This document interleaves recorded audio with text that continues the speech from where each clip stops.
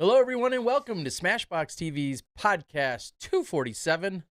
Terry Miller, the Disc Golf Guy, along with Johnny V, and, of course, all of our amazing Smashies. 247, the one we can say was right on time. It only took us 247. I wouldn't get too far ahead of yourself. We'll wait for some feedback to come in. Make sure that all the audio levels are good. Make sure that we're actually streaming. It says we are, so I mean, I'm just going to make that assumption. You say a lot of things. I do. Well, we're glad you guys could join us. Of course, just wrapping up this last weekend where we saw the Disc Golf Pro Tour head over to San Francisco. Johnny V, Gary to the O on the controls here in the Milwaukee studio.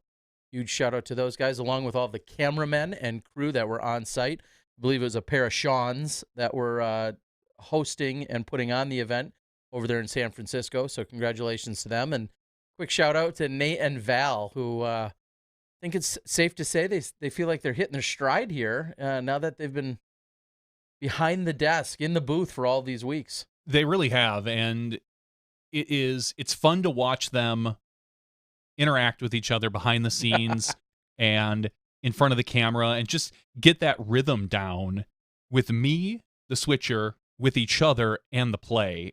It's really starting to come together. Well, it's good to hear. We're going to get a little bit more insight. I know Dana was taking in some of the action this weekend, and we also are going to catch up with a champion from this weekend, and that is, in fact, Ricky Wysocki. He's going to be joining us a little later in the show. First, we're going to have Dana in just a few moments here. Then we're going to move over. We're going to talk to Matt and Josh Graham. We're going to talk to them from Kids Disc Golf. I think they've got some updates and some insights as to what's going on in the world of kids disc golf. And then, like I said, we'll move over to Ricky Wysocki, and we'll go from there. Sounds like a pretty good jam-packed show here tonight. Couldn't ask for much more than this. Well, we even did an interview before this. We did. We just got done talking to Mo, who Inside the Lines is that the name of his little podcast thingy he's got going on? Something like that. I don't know. Drawing outside lines. I'm not sure. But in all seriousness, we did talk to Mo. He is working on a piece. I don't think we're going to spoil exactly what it was. I'm not sure if it's public knowledge, but he's putting together another one of his podcasts and wanted a little insights from us. So I'd skip that one if I were you. If you're going to sit and listen to us and we're your sources, I don't know. You may want to rethink that, but. We're glad you guys could join us. Thank you, Disc Baron. We're barely even got the show up and running, and Disc Baron already a super chat supporter of ours. We really appreciate anyone and everyone that super chats. Thank you guys so much for doing so. And if you don't listen to us live and super chat with us, you can always find us on patreon.com/SmashBoxxTV, where you can be entered in to win a weekly drawing that we do usually in the after show. And there's different levels of support. I believe our first clothing level should be pushed out pretty soon. All that stuff has been sent to Miles and paid for. I'm sure he's just going to get that stuff printed up in the next week or so and get it out to you guys. So I'm pretty excited about that.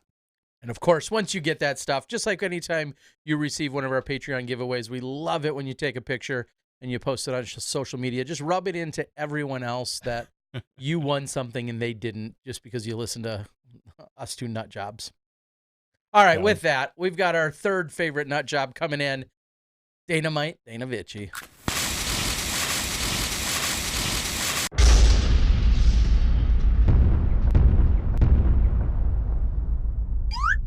Boom goes the dynamite. Dynamite. Yeah, buddy, how we doing tonight? Free nuts in the house. Hey, quit throwing those signs around. You might get permanently banned from Wrigley Field. Oh my gosh. Like it's almost but not quite old news. You saw that, right, Dana? Yeah, and I don't really know if I want to dive into that whole thing. We'll talk. Somebody remind me to talk about it later. We can talk about it in the after show. It's ridiculous is really what it is. But yes, again, yes and no. It's ridiculous. After show we'll talk about it later. Dana, Mother's Day weekend. Happy Mother's Day to all of the moms that are with us or aren't, and your wife and all of the family members. As your wife is a mother of two, man. Baby mama times. Yep, baby mama times two. We went out with Ashley's family for some brunch, and it was nice. Aside from the weather, It's kind of a cold and a little bit of a rainy day over here in the Midwest. Rained a little bit on Sunday, but hey, we got sunny skies coming, and yeah, it was a good Mother's Day and a good weekend. It's a good weekend for disc golf, whether you were playing like myself or watching the Disc Golf Pro Tour out in San Francisco at the San Francisco Open. It was a good weekend. What were you doing, Terry? I know. I was not part of the live broadcast. I know when Steve originally had talked about bringing SmashBoxx back in-house and getting on board, I had a number of obligations that I made because of earlier in the year when I thought I was going to be available during those weekends. I had committed to a number of obligations, and this weekend in particular was actually just to be with my 2 daughters. So we ended up venturing around. We thought we were going to maybe go to a women's only tournament. That ended up falling through. And so instead we went and hung out in kind of the area that me and Johnny are from, up in Waiwega, Fremont, Appleton, Fox Cities area, just south of Green Bay, where the Packers are. And it was an amazing weekend to spend with just my 2 daughters, and much needed as we're about to hit, the grind of being gone, 20 out of the next 21 or whatever it is weekends. It's definitely a lot of stuff going on. So it was a good weekend, and I got to check in on the coverage from time to time, not too often, but it seemed like things were going pretty well. Yeah, namely went really well for a couple of players. I'm not going to get into the MPO side since we're going to have the winner there later. Of course, Ricky Wysocki I'm talking about. But on the FPO side over there in San Francisco, it looked like we had a classic Cat and Paige battle on our hands, because after the first round, they both shot 63s, which were 979 rated rounds. And then both Paige and Cat were tearing it up second round, except Cat decided to really turn it on and shoot a 56. I believe it was a 10 under par, 1021 rated round. Paige wasn't too far behind, shooting a 61, which was 980. So both very, very good rounds. But Cat just on another level. Johnny, what was she doing that second round? It seemed to me, looking at the stats, that she was parking a lot of shots. Is that sound accurate? It really is. And I got a kind of a kick out of this because as we do the live broadcast, I've got my little button here that I hit one button and it gives me an instant replay. And usually it's, I kind of have a general set. If it's a putt, it's 6 seconds. If it's a drive, it's about 10 to 12. I went through after the fact for that second round. I didn't have one Cat highlight because she literally just made it look so easy. She just drive, park, putt. Or if it was a par 4, she'd drive, approach, drop in. It was so effortless.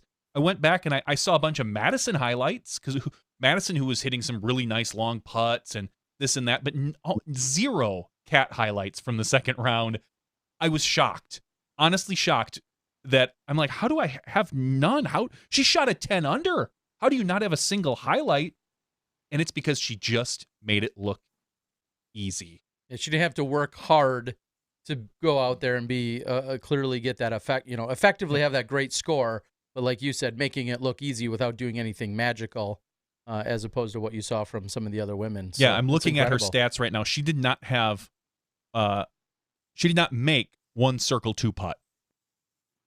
Although she still had 10 birdies. Right? And she had 10 birdies. I think she only had 6 opportunities at circle 2 putts, but most of them were probably. What do you think about that? Yeah, what do you think about that focus, about that level of play that we see from Cat? As it seems like she's really found her groove again and is getting back in the swing of things, Dana. Yeah, I think it's great. We saw Cat playing well early in the season, but not finishing. We saw Paige catch her a number of times, beat her on the last hole. We've talked about that here on the show.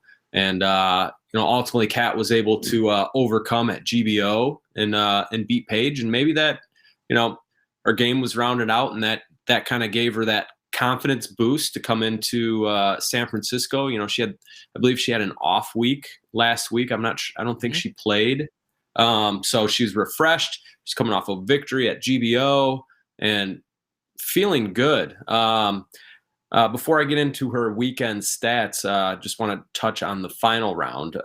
Final round, Kat was able to shoot the hot round again on the FPO side, which was a 61, 992 rated, while Paige fired off a 65.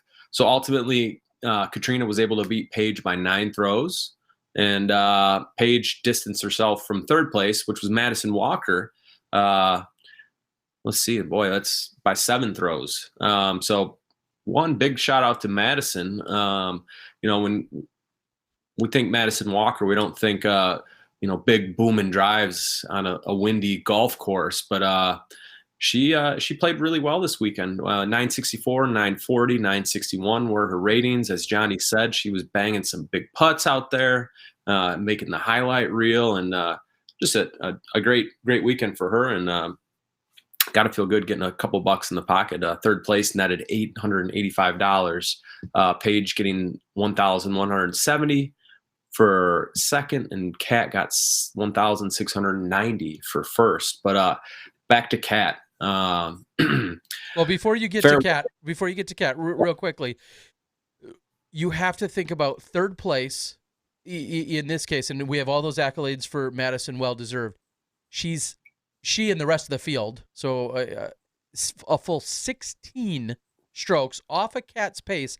And then when you're mentally thinking about breaking down that weekend for Madison and the rest of the group, think about Madison, for instance, as you just said, 3 rounds above her rating, averaged 10 to 12 points above her rating, and finishes 16 off the leader. And where does that put Kat? As I'll segue back to what you were going to say about Kat. Well, I was going to say real quick about Madison, and I don't think this is a shock to anyone who watched. It didn't even look like she played that well, and maybe that was comparison. Yeah, her sponsor, Savage, not you, Johnny. Ouch. She made a post as well on Facebook feeling that she did not feel like she played well, but watching some of the shots, I think she made a lot of mistakes that she would love to take back. And ultimately, she still finished third, so she still played well. She kept it in bounds is really what it was compared to a lot of the other women. But there was a lot of spots where you looked at it, you go, wow, you know, she could have really cleaned that up, or she missed quite a few inside the circle that I think she would like to have back. But I felt she seemed to me, play almost as well as Paige, but not get the same result because of the putting green. All right. Well, we'll segue to Kat's back to Kat, insane performance then. Yeah. So yeah, Kat, she was on fairway hits on the weekend. She was at 90%, which was first place. Parked 19%, first place. Circle 1 in regulation, 59% of the time, first place.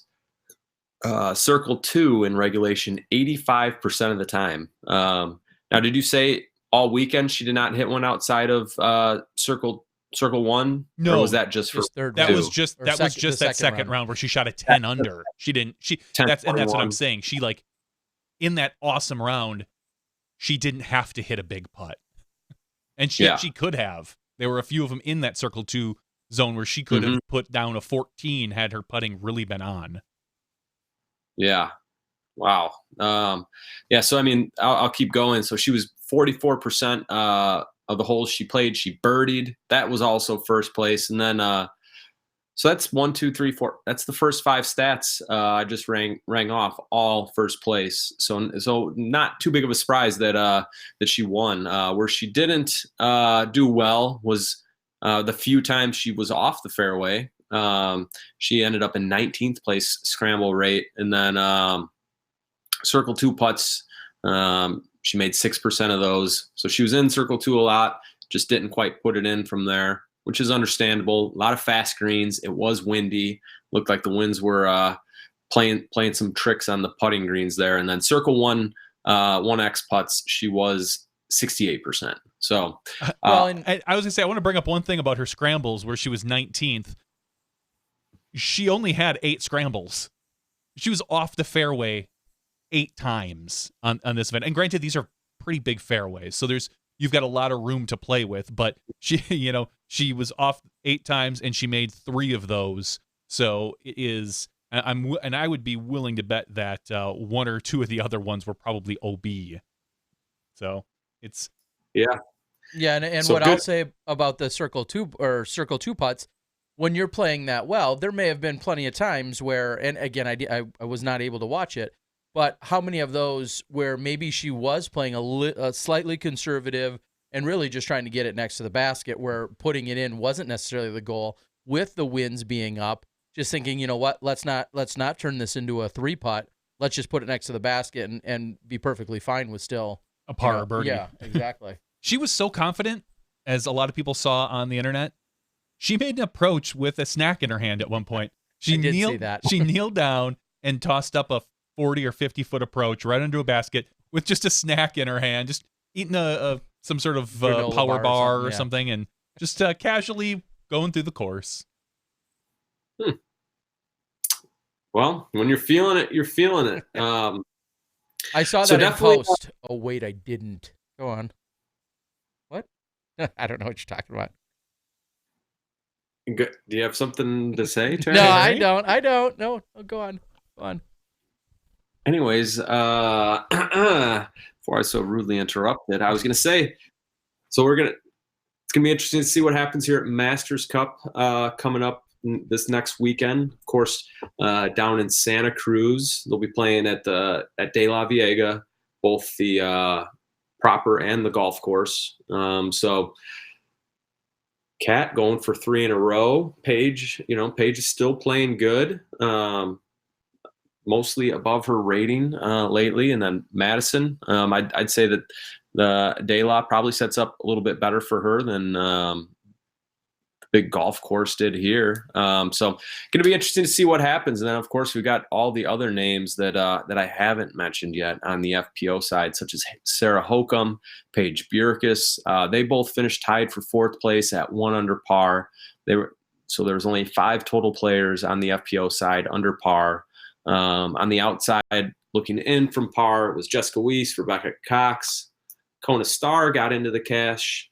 Congratulations to her. And Erica Stinchcombe also got into the cash, playing some pretty good disc golf there. Mostly above her, she was well above her rating all weekend until that final round. She kind of stuttered, but hung on enough to stay in the cash by a stick. So good stuff from out in San Francisco. Johnny, is there anything on the back end that you'd like to share with everybody out there? The broadcast was on YouTube. Looked like MVP stepped up and kind of did some sort of sponsorship to bring the broadcast to YouTube. How was that for you, switching between everything else? Is that not even come into play anymore? It doesn't really affect what we do as far as where it's being pushed out to. I literally set an address on my system and hit stream, and then it goes out to wherever location we particularly pick it. It was nice just in general to have it on YouTube, just because, for better or worse, sometimes I like the chat for a lot of instant feedback.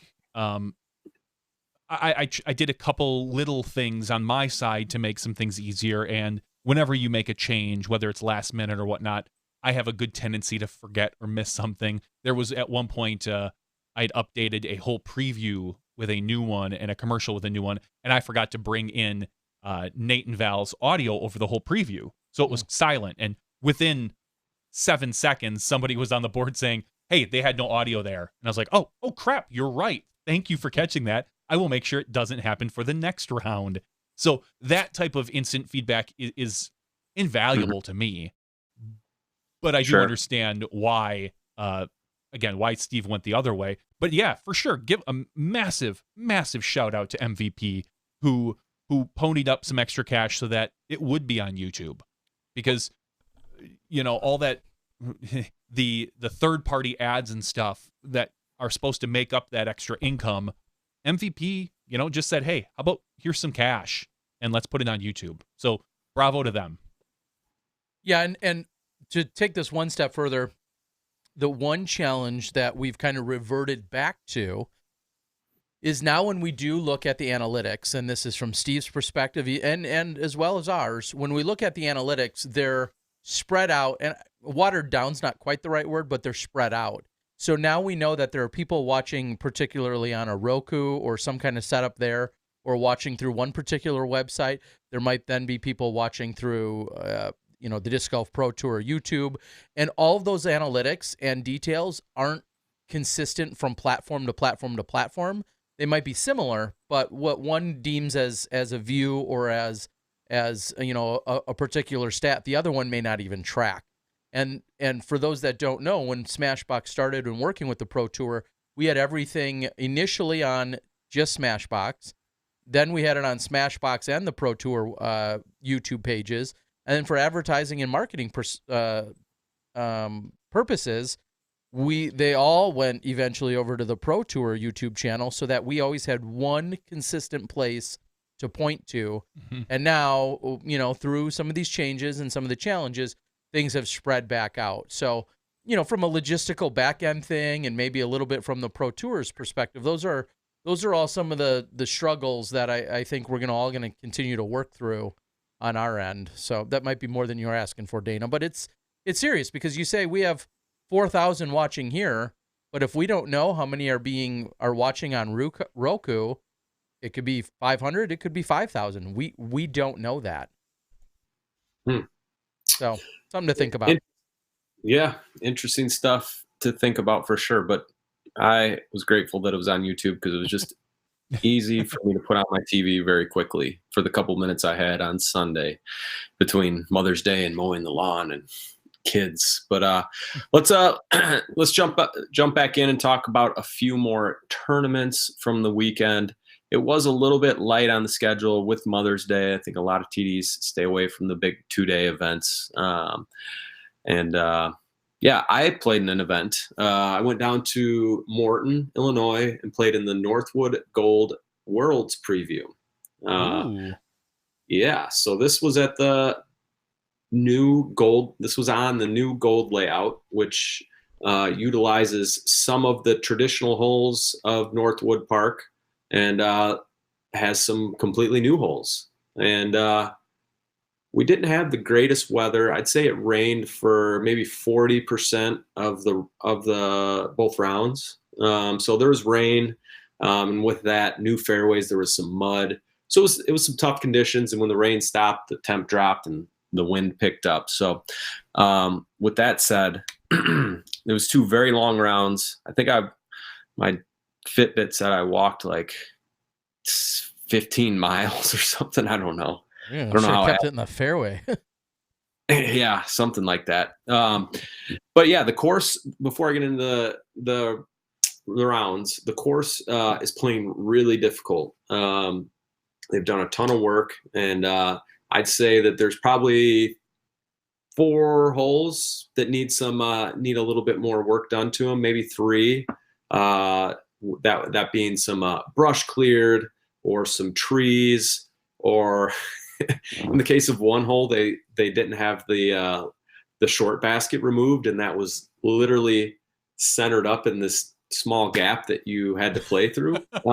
So that definitely got me on when I played that hole.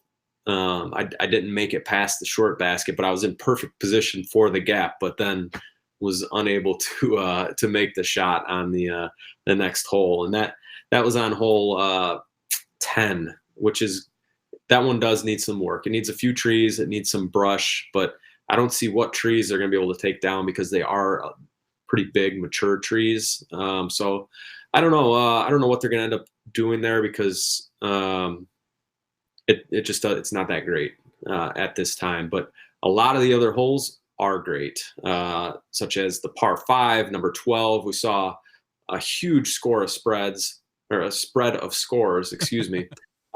First round, for instance, I played in a threesome, and played with two very good players, and we went 5-9-9 on the hole. And the 5 felt like a birdie, although I did miss one shot. I made 4 very good shots and got the par 5, and while my card mates both carded 9s. And it's a big hole. It's got some trouble. That could definitely lose a couple trees in the first part of the fairway, and then also down the second part of the fairway. But it's an absolutely epic hole. It's still very good, even if the trees didn't come down. It's not going to make that much of a difference. But I would just like it to be cleaned up a little bit more, and then maybe just a little bit of the bite at the finishing tunnel to come off. But yeah, the course is looking good. They've planted some grass in some spots, but the ultimate need to do some more work on that front, whether it's wood chips or planting grass. But the course does offer a gold challenge. Nobody was able to shoot under par on the day. The hot rounds were shot back-to-back by Paul Oman. You may have heard of him.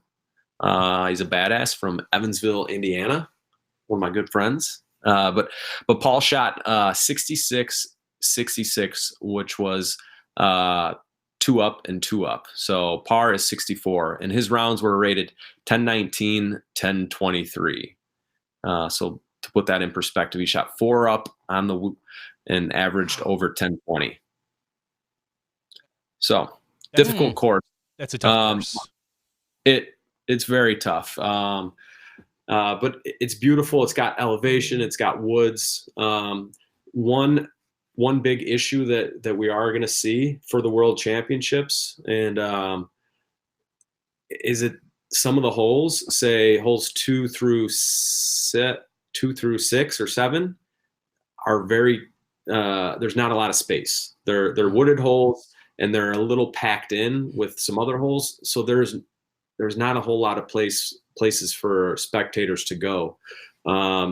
I don't know what Nate and crew's plans are, but my suggestion would be, Nate, if you're listening, is to ultimately sell a VIP spectator pass and only allow maybe 50 spectators to go on those holes, because if there's no way that hundreds of people can make it through those fairways and not be in the way of other holes, or be in the way of the holes being played, just because it's very tight, and then it's just next to it's in relative distance to other holes. So there's going to be some issues on that front, but really that's the worst spot on the course. I'd say holes 2 through 6 or 7 for spectators. So I don't know what they're going to do, but they can't let it be a free for all. There's going to have to be some definite crowd control, and then maybe even a VIP pass of sorts. What would you guys think about that? Well, we saw it last year. We saw it actually happen at the Maple Hill, at MVP at Maple Hill last year, where I believe it was holes 3, 4, 5, and 6 maybe were, or maybe something along those lines. I think they called it a woodsman's pass, and spectators that had that kind of additional clearance and or VIP status, so to speak, to whatever support pack they bought, that allowed them to go actually view those holes. And it's doing exactly what you mentioned. It is giving a limited amount of people into those areas during the actual competition. And I think that's certainly a very viable way of doing it. I mean, it's just like anywhere else. You have a limited capacity or limited seating, so to speak.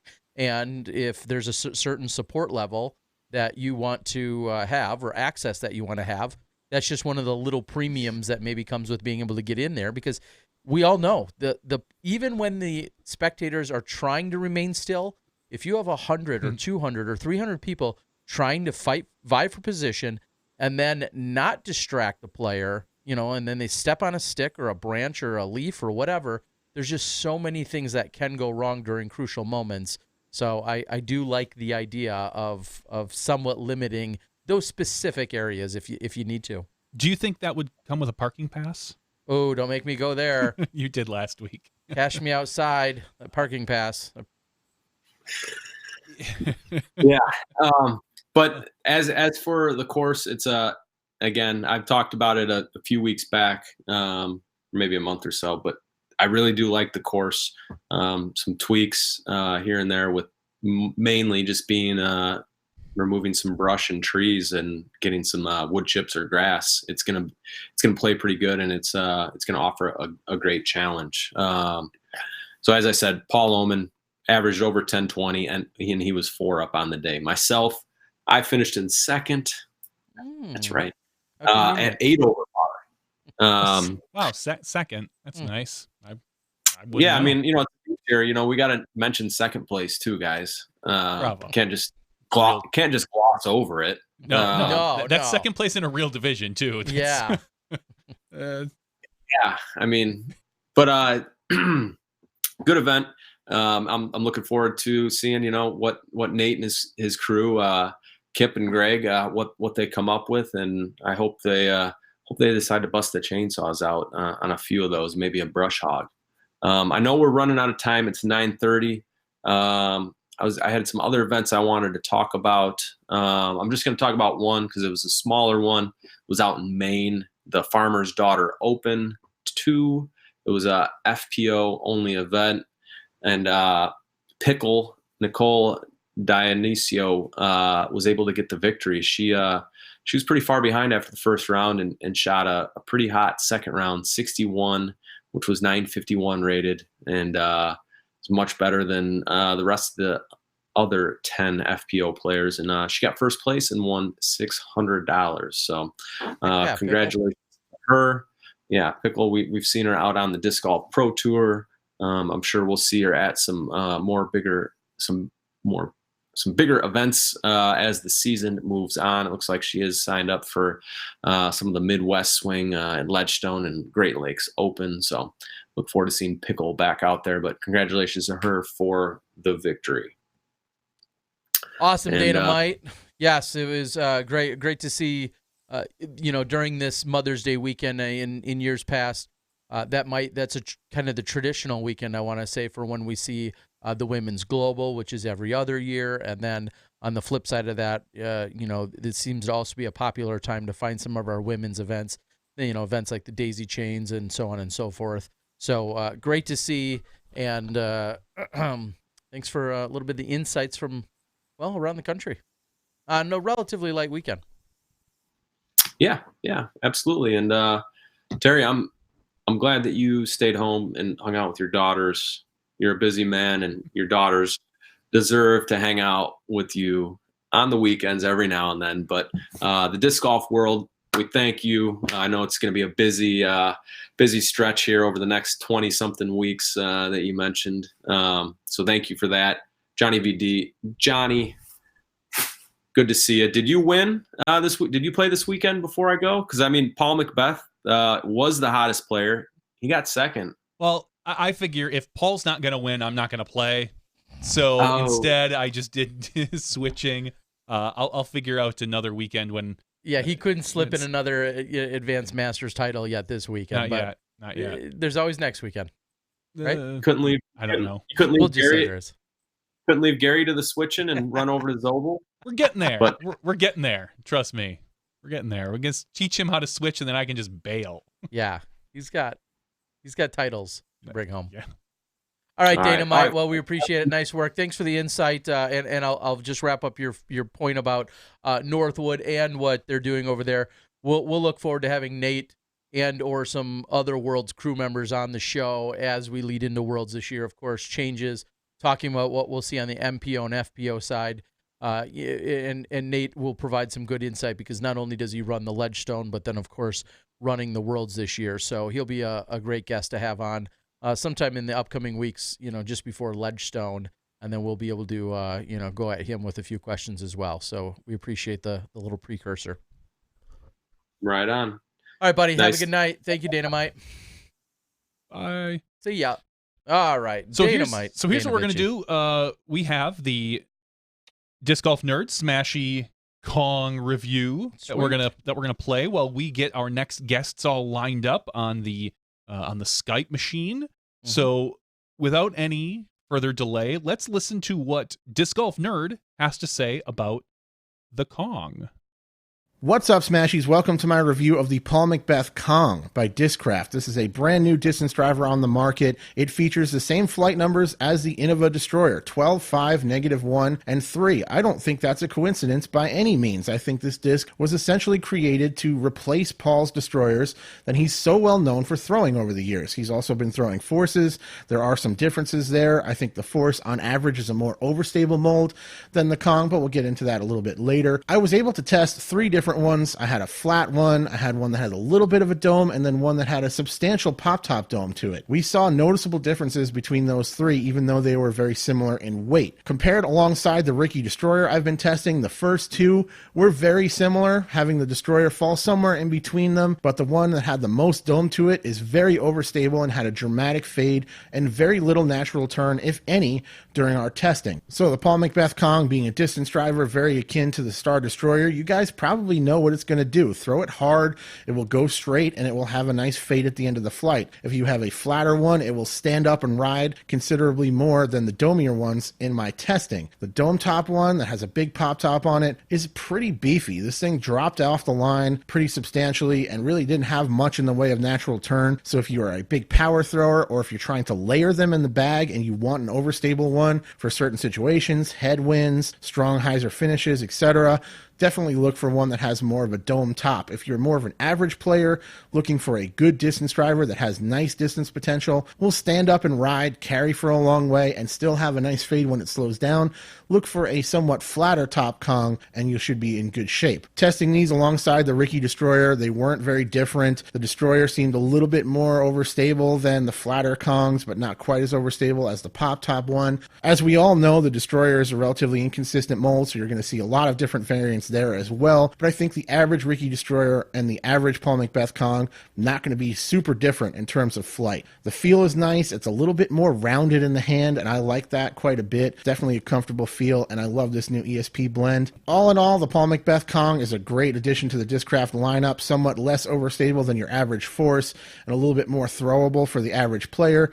That is my review for this month. Big thank you to Smashbox for having me be a part of the show. If you'd like to see the full review of this disc and over 200 others, just search for Disc Golf Nerd on YouTube or Google. You'll find me. Thanks for listening. I'll talk to you all very soon. All right. Cheers.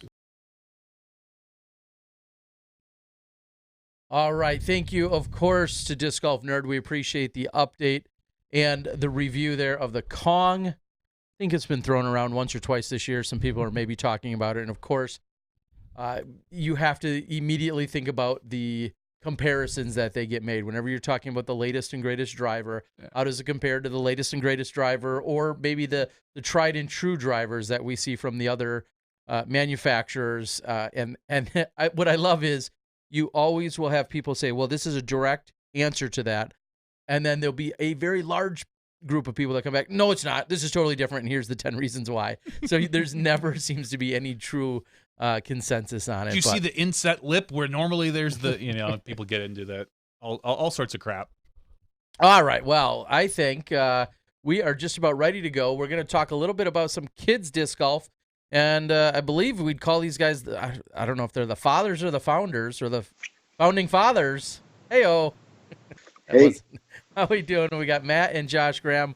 What's going on, gentlemen? Hey, lots. Thanks for having us on. Excited to be here. Awesome. How's it going, Terry? Long time no see, my friend. Yeah. Well, you guys, so for everyone that doesn't know, you guys out on the East Coast, both of you, correct? How far do you guys live apart from one another, and where you at? Go ahead, Josh. Yep. So I'm in southern New Hampshire, although I originated and learned disc golf from Leicester, Massachusetts, which is a familiar town. So that's where I kind of grew up. I live just north of Nashua. Okay. Yeah, so I live in Leicester. That's my hometown. So Maple Hill's right around the corner. And hey, I'm excited to announce I just won my first tournament ever after 13 years of playing, and it was at Maple Hill. I was going to set it up, but we could get right to it. All right. Yeah, I saw this weekend. Congratulations. Seriously, though. Dana, screw you for not mentioning it. Yeah, Dynamite. Yeah, gosh. What kind of hype man is he for advanced? Jeez, what a jerk. Yeah, exactly. Advanced men's one. It's one of those things where, like, I moved up out of AM2 like a long time ago, and just I've gotten some second places, top 10s a lot, but never was able to close it out. So It was fun. It was fun. Well, Big congratulations! What a track to win on. I don't care what division you're playing on. If you come out on top at that place, that's definitely an awesome memory and moment. So, Thanks, sir. I'm going to segue right into memories and moments and the professionalism.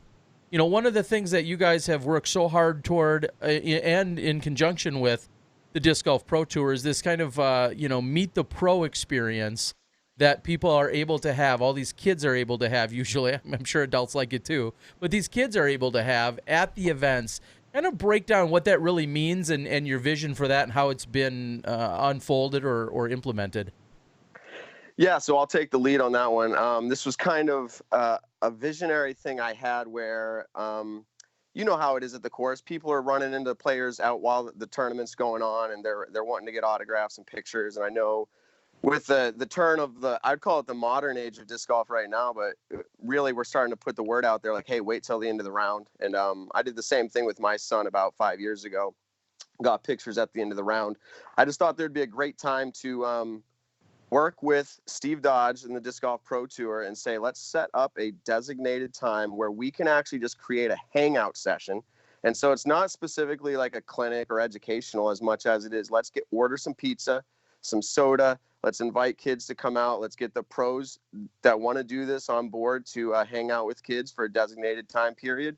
And let's have some fun. And we've had a tremendous response from that. People are loving it. They ask for us every year when we're coming back. We try to do the best we can with that. And so our vision there and how it ties in with kids disc golf is that we want to inspire these kids by meeting maybe their favorite professional. Inspire these kids to maybe get involved in a greater way in disc golf. They enjoy putting on the basket or watching YouTube or Smashbox with their parents on the weekends. I know my kids do.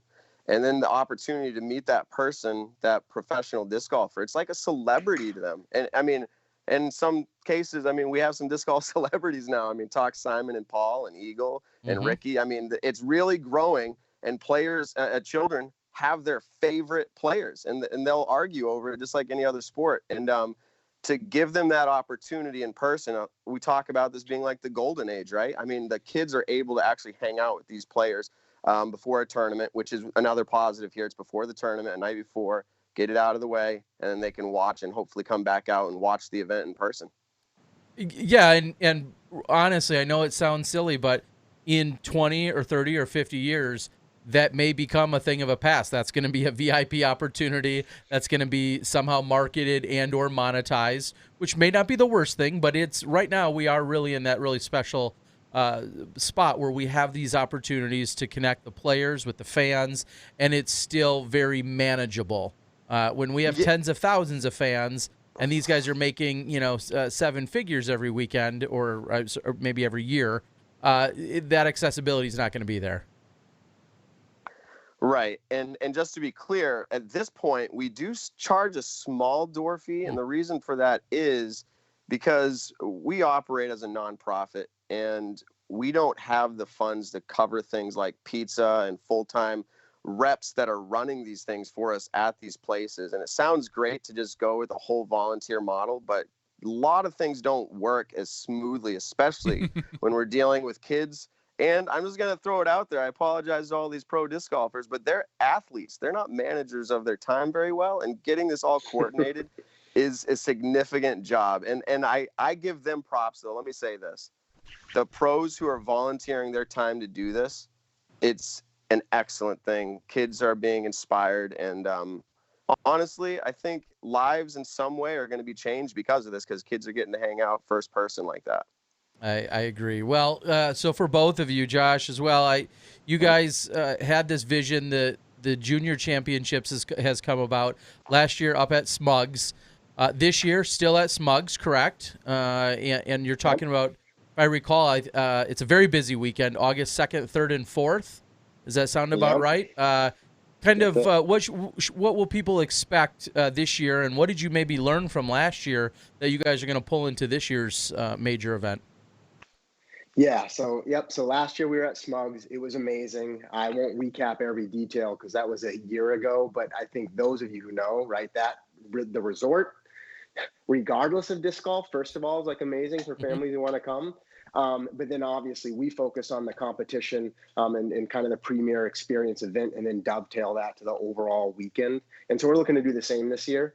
Just like anything, I mean, last year was the first year event. It was successful, but we learned a lot. Some of those are the inner workings of how we can execute the event.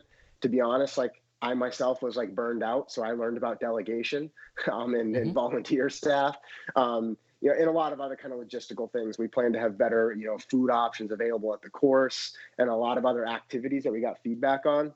But really, I mean, it was amazing. Last year we had like nearly 90 players from like 27 different states or something like that. I mean, we had Alaska, California represented, and this event's in Vermont, right? So we were excited. So yeah, so to jump forward, so this year, August 2nd through 4th, it is a busy weekend. We know there's actually some competing tournaments out there.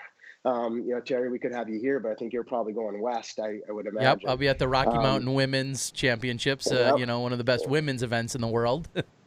I know, and so we are happy to say that we will have Paige Pierce, one of the best women competitors in the world, out at our event, you know, supporting what we're doing as well. Although I'm sure she would love to be there. Also, this is the problem with the growing sport, right? Is there are good events happening all the time. But this year we're an A-tier event. There's 3 rounds again, full 18. We do use both courses, so Brewster Ridge and Fox Run. We do use all the different tee layouts, as you'd expect, especially for the younger divisions. We do modify the course. But our top, you know, the MJ and FJ 18 divisions, I mean, they're playing from the gold tees in most cases. And, you know, last year we had some crazy competitive rounds, especially in MJ 18. On Fox Run finishing, right, on that new gold layout that they had last year for Pro Worlds. And I'm telling you, they were throwing some of the shots that match some of those pros, you know, our top card especially. And it was really tight competition. And so it was super exciting. We expect the same this year. A couple of other things just to put out there. We do have a putting championship. We had a ton of fun with that last year. If you've been to Smugs, they have a Fun Zone 2.0 area, which is like ping pong, arcades, like inflatables. We took over that place, and we probably had like, let's say 60 of the kids, and then imagine another 120 parents and family. So there was like well over 200 people crammed in there. Matt's our natural hype man. We had them putting from like the second tier down. Like these are like 70-foot putts by the like end, and they're smashing chains. The place is like in an uproar. Like these are memories forever for all of us. So putting championship, distance championship added this year. We had a lot of feedback, especially these, you know, strong, maturing young men who want to show that they can throw over 500 feet, and some of them can. We do have a mini tournament. I already mentioned Fun Zone. Last year, after the players meeting, we had an ice cream social, a bonfire, and a fireworks display that Smugs put on. So talk about an opening night. And I already mentioned Paige Pierce will be there, and she's will be interacting with the kids, clinics, and a bunch of other things. So, I mean, I could go on, but we're stoked. Registration's open, as you'd expect, you know, and we already have a pretty decent turnout coming from a lot of different states. Check out our website. It's pretty simple. You know, it's our traditional acronyms, USJ for junior, DGC. .com. You can find just about anything you want there. I will mention that we're still open and seeking various sponsorships, but I'd be remiss if I don't mention our big ones who have been supportive.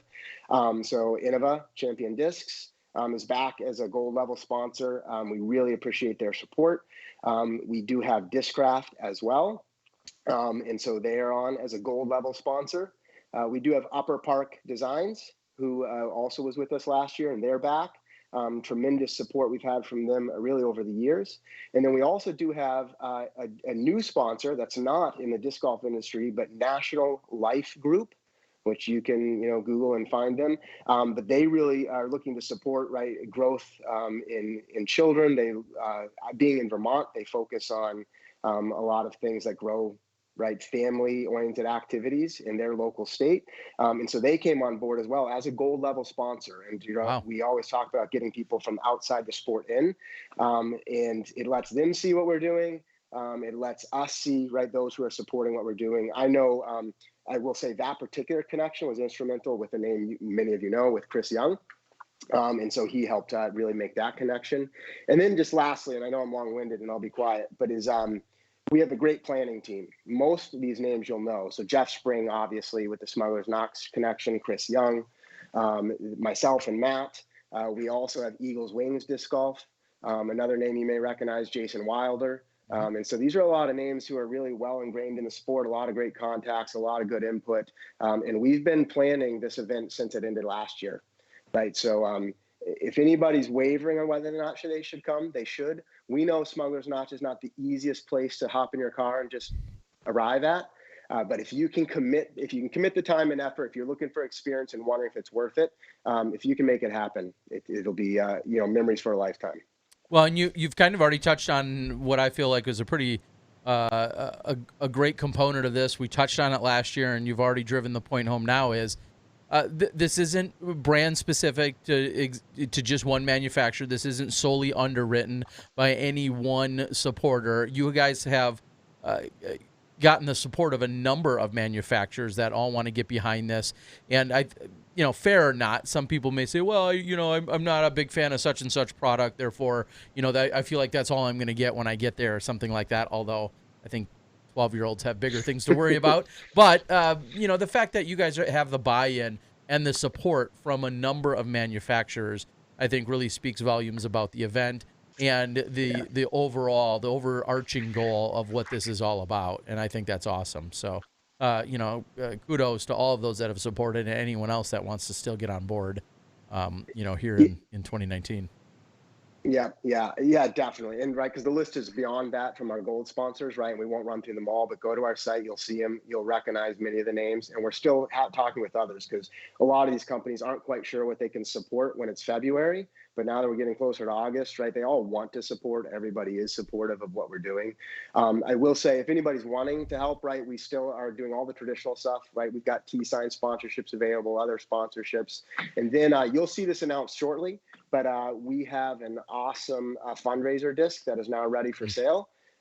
It's a really cool design. I don't know how to explain it, but we'll also be announcing a partnership with Lucky Disc Golf. So you saw them sponsor the Utah Open. They've been involved with other events already this year.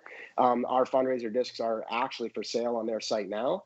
And we're stoked. I think it's really cool. It's kind of like, how would you explain it, Matt? Like a superhero, like robot guy with, kids sitting on his shoulders, throwing discs. It's pretty cool. It's compelling, I think, for both adults and kids. And you'll find a wide range of Innova and Discraft discs for sale there. So we're excited about that. I picture like an Iron Giant style of thing for some reason. Yes. That's Perfect. it. That's it. Thank you. So yeah, get on over at Lucky Disc Golf and you check out the fundraiser disc. It's on there, and I'd say that now because we're gonna promote it really hard, probably starting tomorrow. And whatever's there right now, get the first picks. Exclusive, folks. This is your exclusive, this is exclusive insider info. This feels like some kind of collusion here, but insider info for you guys to snatch up those discs before they're gone tomorrow. There's a disc on there, and I'll just leave it at this because I want people to go check it out. There's a disc that's black, and I can't see the stamp. And when you look at it in the pictures on this website, you can see the reflection of a camera taking the picture of the disc, but you can't see a stamp. So I don't know if it's like a ghost stamp, but you might want to pick that one up. Okay, well, so that's what people can check out. And Lucky Disc Golf has supported, like you guys have said, a lot of endeavors. One of the most recent being Utah. They've supported me as some video blog action this year. So huge shout out to them and everything that they're doing to work with you guys. Now, I don't want to get too far ahead of ourselves because, of course, we're looking into the 2019 year. But do you guys foresee the event always being at Smuggler's Notch? Are the amenities and the infrastructure just too good to pass up, or do you maybe see this kind of shifting or rotating or moving, whether it's on that side of the country or any other side of the country? Have you guys? I don't want to get too far past 2019 necessarily, but is that kind of the thought, or do you just really love where it's at right now? Well, I think, I'll just jump in and just say we're open to conversations about moving it around. I think it's in the best interest of the sport to consider all options. And I think after doing it a second year, there will be more things to discuss, checking and considering for year 3 and beyond. But there is the potential, and I'll just kind of put it out there. Josh is the TD. Our vision was to make this as large of a junior event as you could have. And that was funny because Originally, our goal was to run the first ever standalone Junior Worlds. And then that was announced very shortly after we thought of that because DD was working on it. Mm-hmm. And then so we said, what's next? And so we said, well, let's run a U.S. championship. So our vision was to make it as big as possible. And I think Major is probably right around the corner for this event. I know the PDGA is willing to discuss that. It's not necessarily our goal to have it have to be a major, but I think it's when that discussion starts happening, a lot more considerations come in because now you have the PDGA having a lot of their insights and their thoughts as well, which we work very closely with them as is. But just as things progress, I think we're open to considering all different options for sure. Yeah, exactly. I would echo all the same. I mean, obviously, Smuggler's Notch has the unique aspect of the amenities. I mean, really, you can have a family vacation while competing at a top-level event, right? I mean, because what's happening is some of these kids, not every kid plays disc golf in the family. So the family comes, they hang out at the pool, they can go watch their brother or sister play 18 holes, and then they relax at night at Ben & Jerry's around a bonfire, right? Like, you're not getting that other places. So there's a lot of factors. But like Matt said, there'll be lots of discussions. I mean, we have a tight relationship with Jeff Spring, and we'll talk through all that. Yeah, you really just can't say enough about that place. I obviously hosting the Pro Worlds, hosting the Green Mountain Championships these last few years, hosting the Disc Golf Pro Tour Championships, hosting the Pro Masters Worlds, all of the things that they're doing right up there have made that such an iconic disc golf destination. So you guys also being there and working with them as closely as you have makes perfect sense to the disc golf world. Then additionally, even with the proximity to you two, having so much work put into it, having it be just geographically closer to you, I think is a huge driving force. That's a very fair point, Terry. And I think that sometimes that can get overlooked. I think because people are like, oh, let's bring it out to the West Coast. And I think I'm all for that. I'm all for moving it around, but it does logistically, it gets harder if we're the ones running it. And, but that's not to say it won't ever happen. It's just to say, like, these first years, I think it's important to set the standard for the event. That's awesome. Well, and I know, without getting too far sidetracked, I know out on the West Coast, there's a number of really big junior events. I know Legacy has worked with Andy Parkinson out there, Parky, as he goes by. And he brings in a number of manufacturers, just like you guys do. And he's, talking about 100+ juniors out at that event, and so there's clearly some, and I know at one point, I think we talked about it, Wisconsin's own Ken Cry at the time back in the maybe early 2000s hosted a junior event that had 92 or 96 juniors at it right here in Wisconsin, and it was one of the, at the time it had set the record for the largest junior only event. So there's clearly some drive and some some great ambassadors out there, and it's just a matter of hooking up and like you said, maybe having it travel a little. So you guys have, what you just said, the infrastructure, and then you have people, you're the two of you, we'll say co-drivers of the bus, it seems like here. But then you have a whole set of team members and other people that are kind of part of that support network. Who are they, and what does that mean? So, well, first of all, I just want to shout out that we mentioned Jason Wilder a little bit ago. So Jason Wilder is a core team member with us. He is more of a consultant. He has a lot of strengths, and we bring him into phone calls and planning meetings all the time. So shout out to Jason. But yeah, as far as the Team Kids Disc Golf, and that's what we're really excited about this year. We announced that we wanted to support juniors who are very interested in competition and competing. So what we did is we've been around the junior scene for about 4 years now, and we knew who those players were for the most part. And we invited, I think it's 13. Let me see here. I've got a couple tags. We've invited 13 different little juniors on here to play. This is their tag.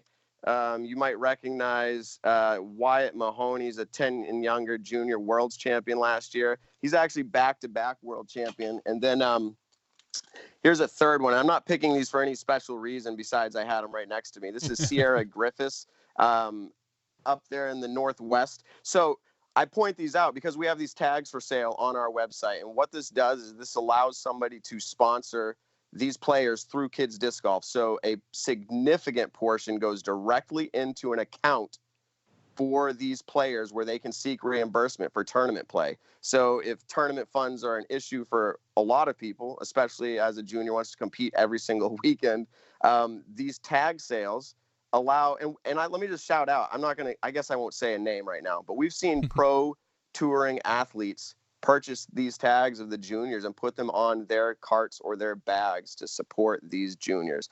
And I can tell you, I received an email from the parent of one of our team members saying, and it was lengthy and it was just so inspiring. They said, somebody called them and said, did you know that your daughter's tag is on so-and-so's bag?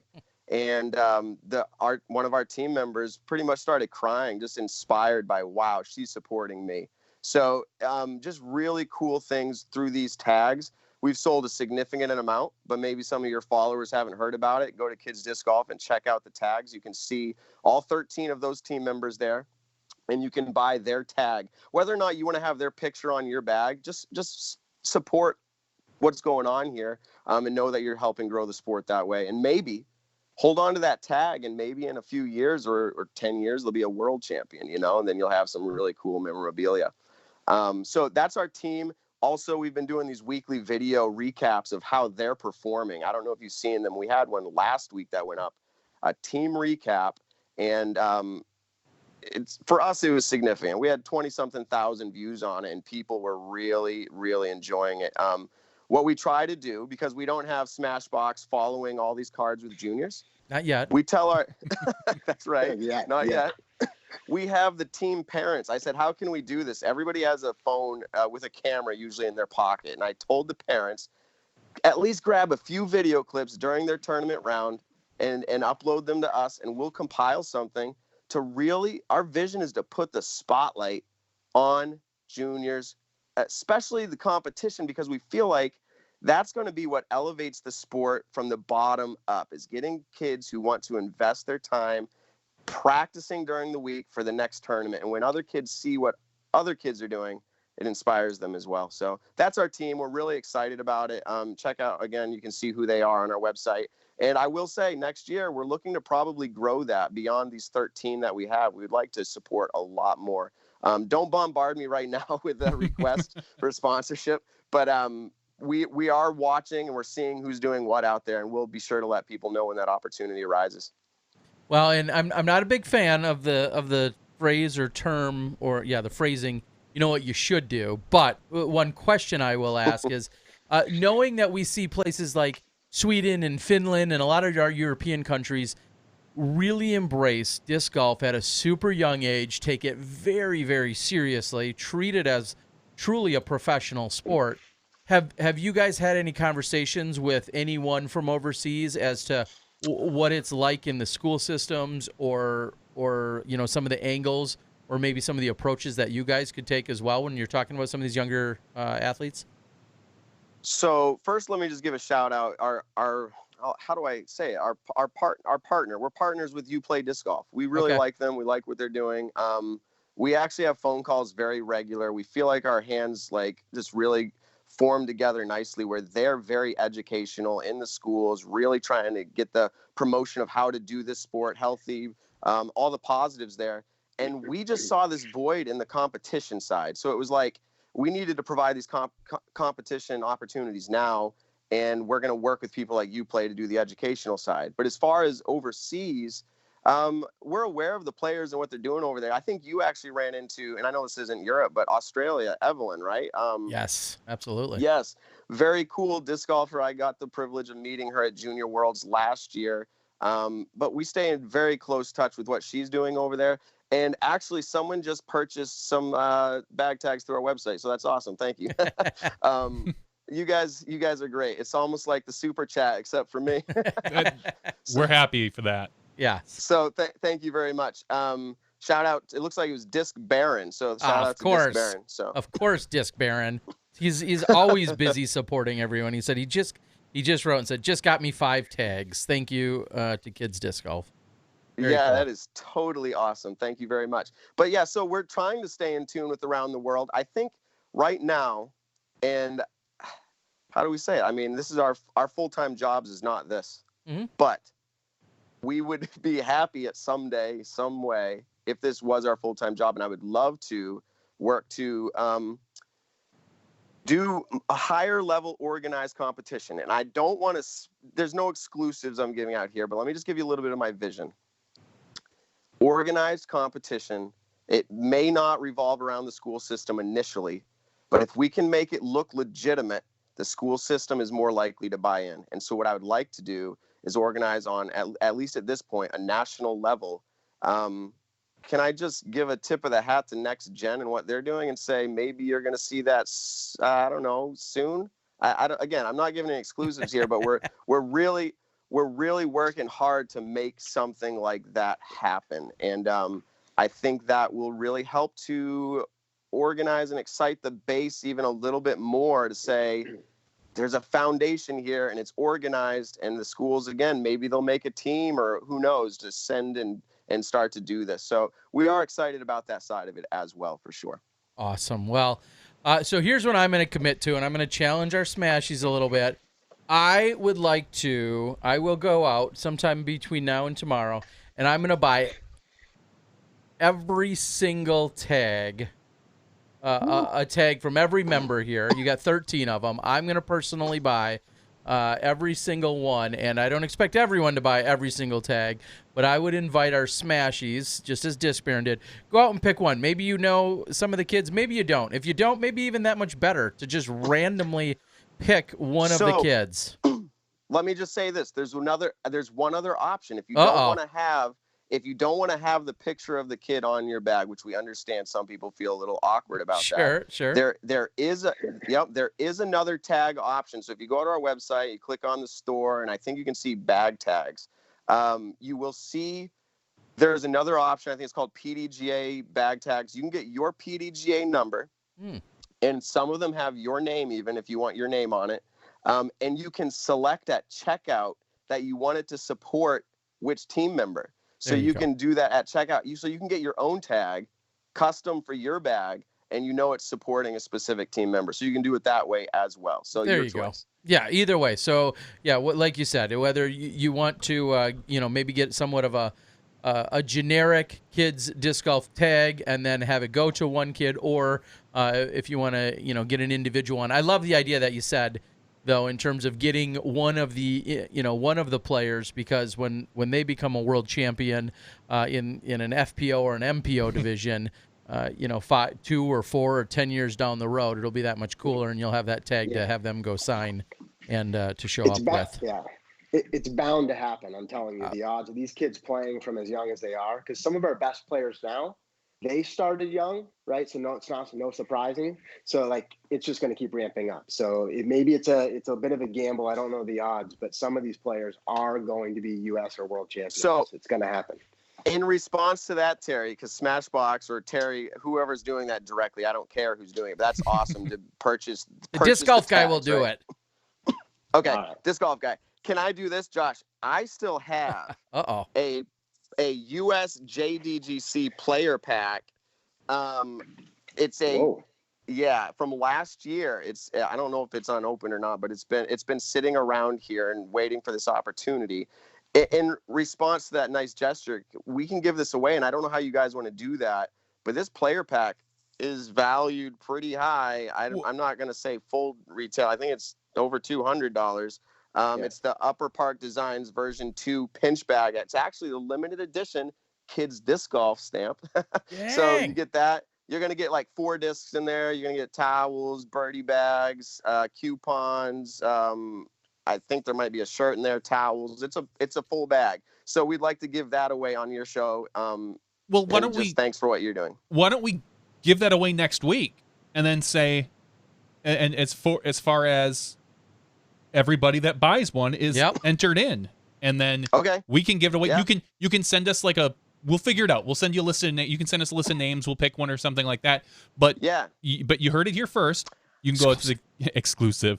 You can go out to the website, purchase one of these tags, and you'll be entered in to win the big bag.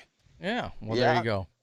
I will also, I'm going to grab the link right now. So if you are watching along, of course, kidsdiscgolf.com is the generic place to go. And then from there, you can figure it out or I have posted the link directly here in the chat. And if you click on that, that'll bring you to the individual kids bag tags. For every tag you buy, you get another opportunity to win the last year's player pack. So a $10 tag could get you not only the good feels, but then also get you potentially a bag at over $200 worth of stuff. Crazy. Awesome. Awesome. Yeah, this is crazy. Crazy. All right, Well, guys. you know what? Any parting shots Terry, before we let you go? No, I was gonna say, but I don't like to tell people what to do, but you know what you should do. Yeah, You I like it. you yes. you should bring Ricky on. It's been a slow ramp up tonight. You've got Dana, and then you step it up to Josh and Matt. Yeah. Now you've got Ricky waiting in the wings. Yes. Well, you know, I'm going to let Ricky know that, you know, when you win, you get on the show, and Ricky's been slow to that ticker this year, so he's definitely due. Ricky's been awesome supporter of Kids Disc Golf. I was just going to say that. I was going to say that. He's been great. Yeah, he was just at our SFO Meet the Pros pizza party. He's awesome. And one other quick shout out. And Simon, he's probably going to hate me for doing this because he doesn't like to be made the hero, or at least he's told me so, and I believe him. But recently he auctioned off his bag, and that was interesting to say the least. And then I get a message, "Hey, Matt, what's up?" And I said, "Hey, what's up?" And he says, "Hey, we want to donate the full what I get for that bag and disc to Kids Disc Golf." So shout out to him. I said, "Can I make a post on this?" He said, "Dude, don't make me out to be a hero." So I will just say, so here we are. Yeah. I'm not making him out to be a hero. I'm just saying, like, we appreciate the support of these pros. It is tremendous, and we really, really do appreciate it. So shout out, Ricky, if you're sitting there listening in the green room. We appreciate what you're doing, Ricky. You've helped us out a lot too. So I've got nothing else to say. All right. Well, Ricky, we've got Ricky thinking about the pizza and the ice cream probably, so we're going to have to cut to him now. I know what he's thinking. Right. Well, Matt, Josh, we love everything you guys are doing. You know, we always throw around that, you know, that hashtag grow the sport, and there is no better legitimate example of doing it than what you guys are doing. And, you know, we're glad to help in any possible way. So check out the USJDGC. There's so many letters, I can't get them all figured out. I know, check them out. And Smuggler's Notch, you can't go wrong. These guys are doing tremendous things with Kids Disc Golf, and specifically with the Junior Championship. So thank you, guys. Anything we can do to help in the future, don't hesitate to reach out. Thank you very much, Terry. Thanks, Johnny. Thanks, guys. Right. Take care, guys. Have a good night. Bye. Appreciate it.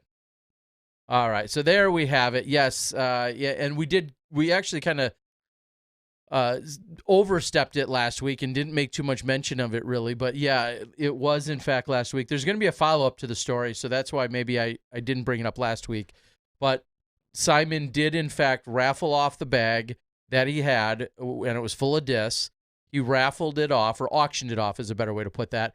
And then he turned around and donated every dollar he got right to Kids Disc Golf. And it's public knowledge as to who. Correct. And like I said, there may be even a further story to that another celebrity actually purchased it and then ultimately made the contribution as well. But what I want to say to that is, real quickly, and I'll try and keep it on a positive note, is that reading comprehension goes a long ways, guys. Pay attention to the go back to 4th grade or 6th grade or wherever reading comprehension really set in for you. There was some criticism of Simon trying to sell the bag, and he said right in there, like, "Hey, I'm going to auction this off, and I'm going to make it towards a charitable cause." And immediately there were just a ton of people, "But dude, like, Eagle gave away a bag," and so on. Like, there was far more negativity around it than there ever should have been. Wow. And some simple reading comprehension would have went a long way. And ultimately the fruits of it were $1,100 donated over to Kids Disc Golf. Like, just what a awesome gesture by Simon. And like I said, I think we're actually have more on that story that I'm going to keep under my hat for the moment, but very cool. Yes, Andrew Zimmerman ultimately was the one that bought it. And like I said, we'll have a follow-up to that another day. So I think we are ready for Ricky Wysocki, who we're going to try and get dialed into the bring him in green room, then to us. usually the way it works. Gosh, we're so fancy here. We're not that fancy, trust me. Okay, I guess we're really not. But as soon as we see some video, Ricky Wysocki appears to be, I think he's trying to get his Disc Golf Strong workout in for the night, but it looks like he's just about ready. And with that, welcome to the show for the first time in a while, Ricky Wysocki. How we doing, buddy? Thank you. Doing good, guys. Thanks for having me. Well, yeah. Thanks for winning and being able to come back on the show. Right? I know. I mean, first things first. It's been too long. Yeah. Now, Rick, I was giving you just a little bit of a hard time that we say we always have our winners on, and we'll take you anytime. You have an open line anytime you ever want to call in, because we love having you. Right. But you already know this. Some people would say you got off to a slower start than what you're used to. I mean, you being one of the best in the world for the last 5 or 6 or 7 years. This year, you haven't been winning every other weekend, kind of like you're used to. How good does it feel to take home such a big victory this weekend? Yeah, I mean, it definitely feels really good to get the monkey off the back, so to say. I definitely have had a lot of great finishes this year, and it's not like I'm having a completely off year. I'm still having a great year with a lot of consistent finishes, which is what I pride myself in. So, but yeah, it's nice. It's always nice to get the win and just basically come out and dominate like I did. I felt really good to show that my game is where I want it to be, and I'm really excited about the future events now that I've seen where my game is and what it can do out there at these top level tournaments. Well, I was going to say, what was it this weekend?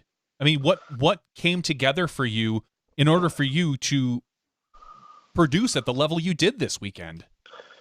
Yeah, I think it's just a combination of everything. I putted really well. My sidearm was the best it's ever been, and my backhand was great. So I think it's just a combination of everything. It sounds like an easy answer, but that's exactly what it was. Whereas in the past it may have been my backhand and putting was great, and my sidearm wasn't the greatest that weekend. So and it cost me a lot of strokes down the stretch of big tournaments. So I think that just having everything clicking at the right time, which was this weekend, and I feel like it's totally something I can carry into this whole West Coast swing and beyond. So I'm just excited about the future of my game right now, and I feel like I've figured out a lot of stuff that's been aggravating me in my form, and I'm just excited to get it smoothed out in the long run and consistently. Well, you averaged 1075 golf, and I can't imagine you would ever argue with that over the pace of 3 rounds to have 1075 golf. Do you feel like for yourself, I mean, you had 54, 52, 53. Do you feel like any one round, like, I maybe didn't play as well, but I still scored well, or was there any kind of that, or did they all feel as consistent as the score showed? Yeah, that's exactly. They really all just felt super consistent. I had 1 bogey all week. I think that was my best stat of the week, definitely. And so I think just having 1 bogey, and I believe it was the second round, and not really even risking other bogeys. I mean, most of my other par putts were just really close gimme putts, so to say. And it wasn't like I was having to hit a lot of long par putts or have a lot of nice saves.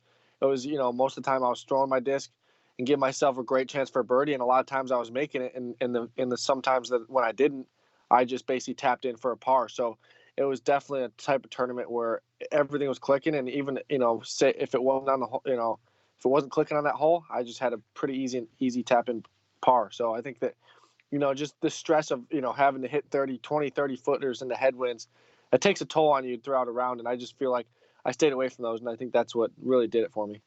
Now, again, to be fair, you have whether it's an X on your back or you're just so good that when you're not winning, everyone's like, oh, what's wrong with him? I mean, like you said, you've had a really good year. You did win at the Texas States, and then every other finish you had, top 10. As expected, is in the top 10. Is that kind of a weird pressure to have, that when you don't win, someone's like, yeah, what's wrong with Ricky? Yeah, I think that it's just kind of the nature of the beast as far as my situation that I'm in, and I'm okay with that. I think that I've kind of paved the way for that path and for that mindset for people to have, and I think that that's a positive thing. I think that just having that mindset, not a lot of people have, not a lot of people are expected to win every weekend. So I think that just for me in the past and all the success I've had, I'm able to, the people are thinking that because, they've seen all my success in the past, so I can't blame them. And I expect to win myself just as much as they do. So I think that it's definitely a type of thing where it's, like you said, target on my back, so to say, but I like it. I've played with it for a long time. I feel like I'm not really a super veteran at this point, but I've been playing for, I've been pro for about 7 or 8 years now, and I'm only 25. A lot of people think I'm older than that, but I started when I was really young, 17. So I know it's funny. Recently, someone was like, "Oh, what are you, 28, 29?" I'm like, "Nah, I'm just 25." People just think that, people think I'm, 3 or 4 years older than I really am. Yeah, you feel like the old man on the course, honestly. Right. I mean, look at the group you played with, you had, I think you played with Tom. No, did you play with Thomas? Or no, you played with Calvin Heimberg. You played with Eagle. Like, these guys are just feel so much younger than you, but really they're within 2 to 3 years. Yeah, for sure. Yeah, it's basically like you got Paul, I think he's like 28, 29. I'm 25, and you got like a lot of people right in 21, 22. So I think that there's kind of like 3 different stages right now of athletes. How old does Avery feel then? I was just going to say, let's talk about that old hack. Yeah. Avery Jenkins from Ohio. Coming in 6th place, then that guy, wow, he's grandpa. He is. I mean, honestly, and of course, congrats to your fellow Ohioan in sure. Avery. I mean, he's not playing competitively nearly as often as everyone else. He goes out to this course. He plays very well throughout the weekend, finishes in a tie for 6th, and he is literally more than double the age of Adam Hammis, who finished just in front of him. And Eagle McMahon is just barely, less than double his age. Nate had a great stat saying Avery won his first pro tournament before Anthony Barella was born. Yeah.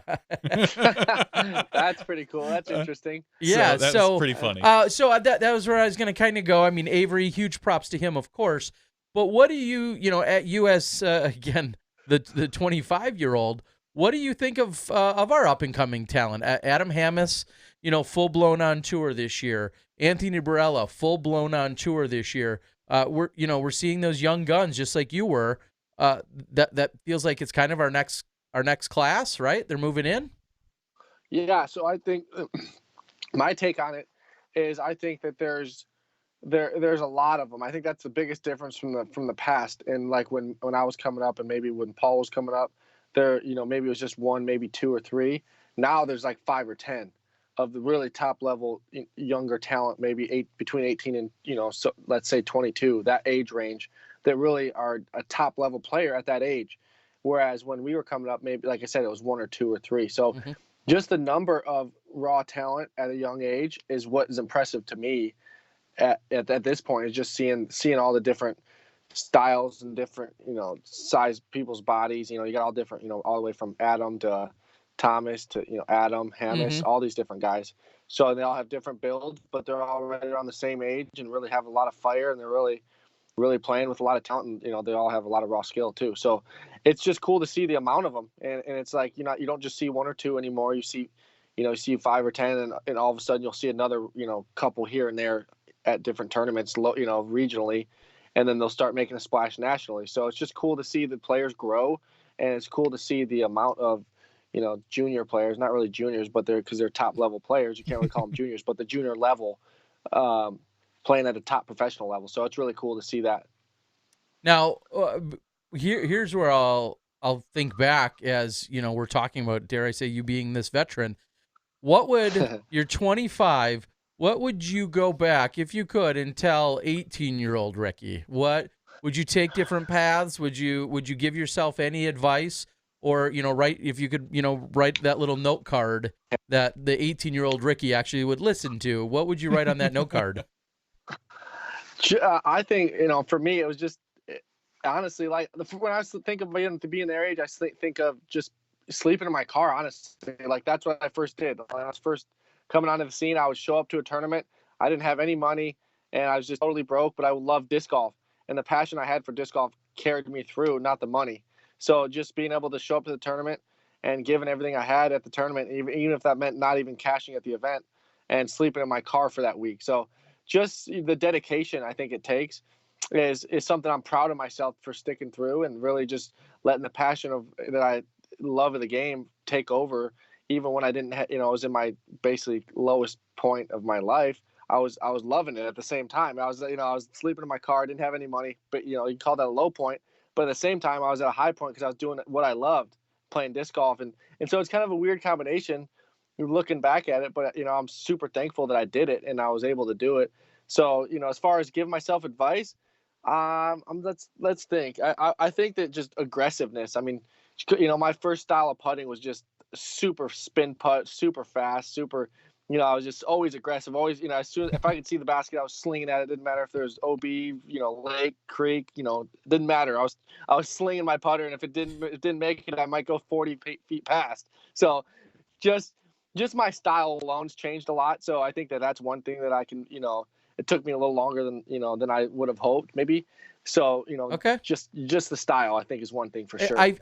Somewhere, are you talking to your teammate Anthony Barella right now, or I was just thinking the same thing. Watching the way Anthony putts, if he can see the basket, he's attacking the basket, and right. the difference in styles from this particular past weekend. Watching you play, I don't want to say conservative, but just a little bit smarter golf, and get yourself nearby. And we saw quite a few Anthony blow pasts, and then he would hit majority of the comebacks, but there was a few where he would maybe not hit them. But might be stressing himself out more than he needs to. As opposed to how that's 18-year-old Ricky. Still do that. Most of the time if I see the basket, I'm going for it still. So it hasn't changed too much. But I just generally speaking, I'm a lot smarter. When to attack. That's right. Well, and you might have a little bit more of that finesse and touch around those greens and around the baskets. You might still be aggressive, but still have that touch that you need as well to kind of get the best of both worlds. So, sure. Like you said, feeling good going into the West Coast. We've seen epic battles. I think back to one of what is still my number one most viewed video on YouTube is the Masters Cup from back in 2016. Great battle, great venue, playing the golf course, playing the traditional course. What are some of your thoughts moving into this weekend, as that's the format that we're going to see? Well, I think that, for me, I just got tons of confidence right now. Confidence in my game, confidence in my past results in the event, confidence with the course. I mean, I think it's just at a career high right now for me just because of all the success I've had recently and even at the tournament this last year, just this West Coast swing. I feel like I played really well here. I've got wins at Beaver State Fling. I've got wins at De La. So I know what it takes out here. I know what kind of shots I need to dial in to be able to have a chance to win come Sunday, and that's what I'm going to focus on. I got 2 practice rounds in at De La today. I played with Anton, Yuli, and I played with Kevin Jones. So we played a nice little money round. We had got some good competition in. Who won? And so yeah, come on, give us the scoop. Don't gloss over it. Kevin won. Kevin shot a 14. So at De La, he shot 14 at De La, and he crushed all of us. So he played really good. Wow. Just for those people that are picking picks, you might need a good pick. Wink, wink. So, but yeah, he's playing really solid right now. I think he must have hit. It seemed like he hit 20 jump putts. Every putt he had was like between 35 and 40 feet, and he jumped it and hit it. So. He's the jump putt king today for sure. He crushed us, took all our money. Well, now when you guys are talking about money, you guys play for like bus money, or you guys are playing for like right. Yeah, you can maybe get a sandwich or a Wendy's shake, right? We'll put it for the public's sake, just so they don't so they don't really know. Your secrets are safe here on SmashBox. Yeah. Don't worry, Ricky. That's right. Well, that does sound like a fun group out there. Now, anything out of the ordinary? I know there was a lot of hype and maybe even a little bit of frustration out of not playing to the traditional basket on top of the world. But walk us through that and how you're going to attack it. But then also anything else out on the course? Yeah, honestly, I've seen a lot of stuff today. De La has changed so much, and it's really honestly sad to see because it's one of my top courses, and just genuinely speaking from the heart, it's I've always loved playing here, and I still do, but there's just a lot of erosion, a lot of trees that fell, a lot of course changes they've had to do. It's just different. We'll just put it that way. It's a lot, it just doesn't, it's still De La, and it's still going to play. It has teeth here and there, but it's definitely, changed a lot throughout the years. And it's the adaptation that it's had since I first went there to now is just drastic. And so, it's kind of, unfortunate to see the way it's turned out now. But like I said, there's still a lot of the signature holes are still the same, and it still has teeth. You're still gonna get the rollaways. You're still gonna get all the tough course that De La offers. But yeah, there's just a lot of signature stuff that's changed. And like you said, the 18 last hole, and which isn't the last hole anymore. Mhm. They changed that to a short pin. The first hole is different, a little shorter. I definitely have to say it's probably going to play 2 to 3 strokes easier if I had to guess. Just throwing it out there right now. So yeah, there's definitely a lot of changes that people will definitely notice. And so yeah, it'll be fun to showcase in the videos and throughout the rounds this week. Okay, well, it'll be interesting to see. Now, one argument that I think is fair to talk about almost every year when it comes up is we always talk about whether it's a basket or it's a green or trees or placement. People say, well, let's try and remove anything that's just sheer unlucky or fluky out on the course. But then everybody goes to De La and then gets De La'd, and we're all like, heck yeah, that's De La. Yeah, like, let's celebrate that. Right. Tell me how that makes any sense. I honestly, I think De La's grandfathered in.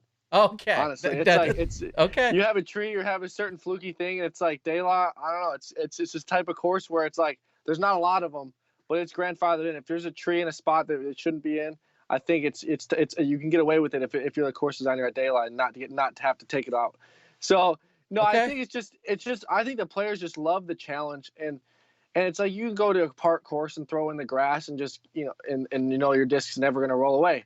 But it's just that little bit of uncertainty is what makes the course fun. I mean, obviously you never want to throw a perfect shot and bounce off the limb and go roll into a spot where you take an automatic bogey. That's never fun. But but it happens. Everyone that's played there any amount of times, it's happened to 100. I'm 100% sure of it. So and that's crazy to think about that. Is if I don't think you've said about any other course. If you throw a 100% perfect shot and you felt perfect about it, looked perfect out of your hand, it's happened to somebody that you've rolled into a spot where you couldn't possibly get up and down. So, which is crazy. So, but De La's the only place in the world that can happen. But I think that, like I said, that being said, I think it just makes it interesting. And it doesn't happen on every hole. It's not going to happen on every hole. It does happen more to certain people more than others. And I get that. I guess you just usually definitely hope that it's not your week to get De La during the tournament rounds. We'll just put it that way. Well, I think with De La, you have, if it happens to you, on most other courses, you're thinking, "Oh my God, how come it happens to me?" I think at De La, you look at everybody, and go, "Oh, well, it's happening to everybody. There's somebody on a card. You're getting De La'd." But if you think about it, there are a few holes on that course that just wouldn't you wouldn't put those on any other course. Think of the kitchen sink hole. Like you could not not only just replicate it, but if that were a hole, everyone would look at you like, why would you do this? This is not. Exactly. But for De La, it fits the course, which is really a unique situation. Yeah, call it grandfathered or tradition. Yeah. There's a lot of that factors in. Yeah, certainly. I think that has a lot to do with it, and that's why I think a lot of players are still okay with it, rather than putting if you say you put a course in a random state and it was, you put that exact course in, people would be like, this is the dumbest course in the world. Like nobody would ever play it. They would shred it to the point where nobody wanted to play it. So, but I think just since it's kind of a steady ed, it's kind of his home area where he grew up, if I'm not mistaken. So just all the different variables that it offers is just what makes it so much fun. And it just makes it and it makes it fun for the spectators, makes it fun for the players. And it's just a great experience, and it's it's just a course that you just feel a different energy out there playing at De La than you do a lot of different courses. I'm not going to say all courses because there's a couple courses that are in the same realm as De La, but yeah. So it just got that feeling to where it's just such an enjoyable place to play disc golf, and I'm really excited to do it. Every year you just you get butterflies, you get goosebumps coming out there and playing. It's awesome. One thing that's crazy about that course, and I guarantee with some player we'll see it this weekend. You could see someone shoot, potentially a bogey-free 10 under, and then the very next round come back and shoot a 2 over or 2 over or a 1 under. Like that can happen on this course, and rarely do you see that happen, for consistent players on any other course. But that kind of speaks to what you're just saying. When you're off by a few inches or you get a few bad kicks, that can very quickly turn your round around, so to speak, or have it negatively impact you. It's pretty crazy to see. Yeah, I mean, De La is just the biggest grind of a course. You can Yes. have just totally different rounds and throw this, the identical shots in two different rounds and score 10 strokes different, like you just said. It's just, there's not many courses like that. No. Most courses, you throw two of the same shots, you're going to get, within a stroke or two of the same score, not 10 stroke difference, So, so that's definitely unique in its own for sure. But I mean, yeah. Sorry, go ahead. No. I was just gonna say. So, switching gears just a little bit. I've got to know. Here's the quiz, the pop quiz for you, Ricky. You didn't think you'd get one tonight. May 14th, 2019. We'll timestamp it. Current rating for Ricky Wysocki. What is it? May 14th. What's the day That's right now? today. That's today. The ratings from today. That's today? Yep. Oh, I didn't even see it yet. Oh, okay. So rating, I'm gonna have to say 1050, 1051. Do I have to say an exact number? Yeah, you do have to say correctly. 1051. Okay, wrong. So what were you before today? Oh, dang it. I think I was 1048. Okay, so you were 1049 before today. Okay. The PDGA ratings came out, and Ricky, I hate to tell you, you've gone down 3 points for this update. What? Yes, really? exclusive. Ricky Wysocki learning his rating is plummeting. You're killing my vibe right now. We're talking about De La, how it has good energy, and now you just kill my energy with that. I'm just kidding. This is great because ratings usually come out on a Tuesday, and they come out more frequently during the summer-ish months, like right now. And so just today they came out, and it shows as of today a 3-point difference, but. That's almost besides what I really want to get at. My question here that I was going to get at is, you have established yourself as the best world champion, 2 times here back to back. You've established yourself as literally one of the best in the world, most consistently over the past 5 to 7 to 10 years. You've also now changed sponsors 2 or 3 or 4 times. Prodigy, whatever the number, multiple times. The question is that really just kind of a backhanded compliment that you've been learning new discs for the last 6, 7, 8 years, and yet you still are coming in as the best or second best every single year? How do you do that? How do you learn new discs every couple years and still remain as one of the best in the world? Yeah, I mean, I think that's a great question. I think it just shows, I mean, I practice so much. I practice a lot. So it's like when I get new discs, or if I change a sponsor, it's something to where, it's not just like I'm showing up and just hoping for the best. I show up and, if I had to guess, before the first tournament of the year, I've got hundreds of rounds in. So it's something it just all boils down to preparation. If you're fail to prepare, or what's the saying? Help me here. Prepare to fail. Yeah, if you fail to prepare, you're preparing to fail or something. There you go. That's what I'm looking for. So, but yeah, that's a great saying for this situation, definitely. So I think that switching sponsors, it's something that where, for me, it's kind of been second nature. But I think, in the grand scheme, I think with Innova, I really feel like, I feel like I'm at home. I feel like this is somewhere where I'm really going to settle down. And so I think that I can kind of put all that past me and really just focus on the future and focus on, my playing and focus what I'm good at. That's competing and playing at the highest level. And so I think that just these last couple of weeks, I've really felt comfortable in that. And I think it's showing in my game and it's showing in my tournament results with, obviously having a really good run at GBO and, winning San Fran.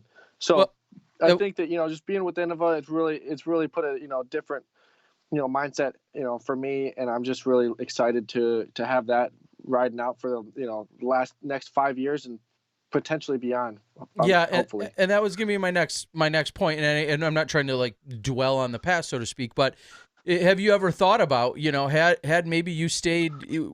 I mean, you were sponsored by Innova when we go way back to the early part of your career, and I'm not asking you necessarily if you regret anything, but had you stayed and remained consistent with that one manufacturer, do you feel like things would have been any different? In terms of your results? You know what? I'm not sure. It might have. Honestly, I think so. I think that just the mindset and the, starting, playing for a new company, it's a little different. You start with new discs, a whole new bag. You got to learn. It's like you're a kid again. You're like, you go back in time. You're like, oh, cool. I got to start off with this whole new bag of discs. What's this thing do? What's that do? You're like scrambling around like you don't know what's going on, and you're like super excited to see what discs do. So I think it's almost to a certain extent, grass isn't always greener on the other side. We'll just put it that way. When you're switching sponsors, you may think, oh, I want to throw this disc or that disc. And so, but it is cool to be able to experience new discs and the mindset that goes along with it, and being like, oh, it really kind of lights a new fire as a player. And if you've been playing for a long time and you switch companies, it kind of like just refuels the fire if it's kind of been dimmed out and you might get burned out a little bit. So for me, I kind of use that as a motivator to me. You're like, oh, if I'm like I said, like you guys said, I'm semi-veteran right now. I wouldn't say I'm a veteran, but I'm a semi-veteran, medium veteran status, not quite veteran status.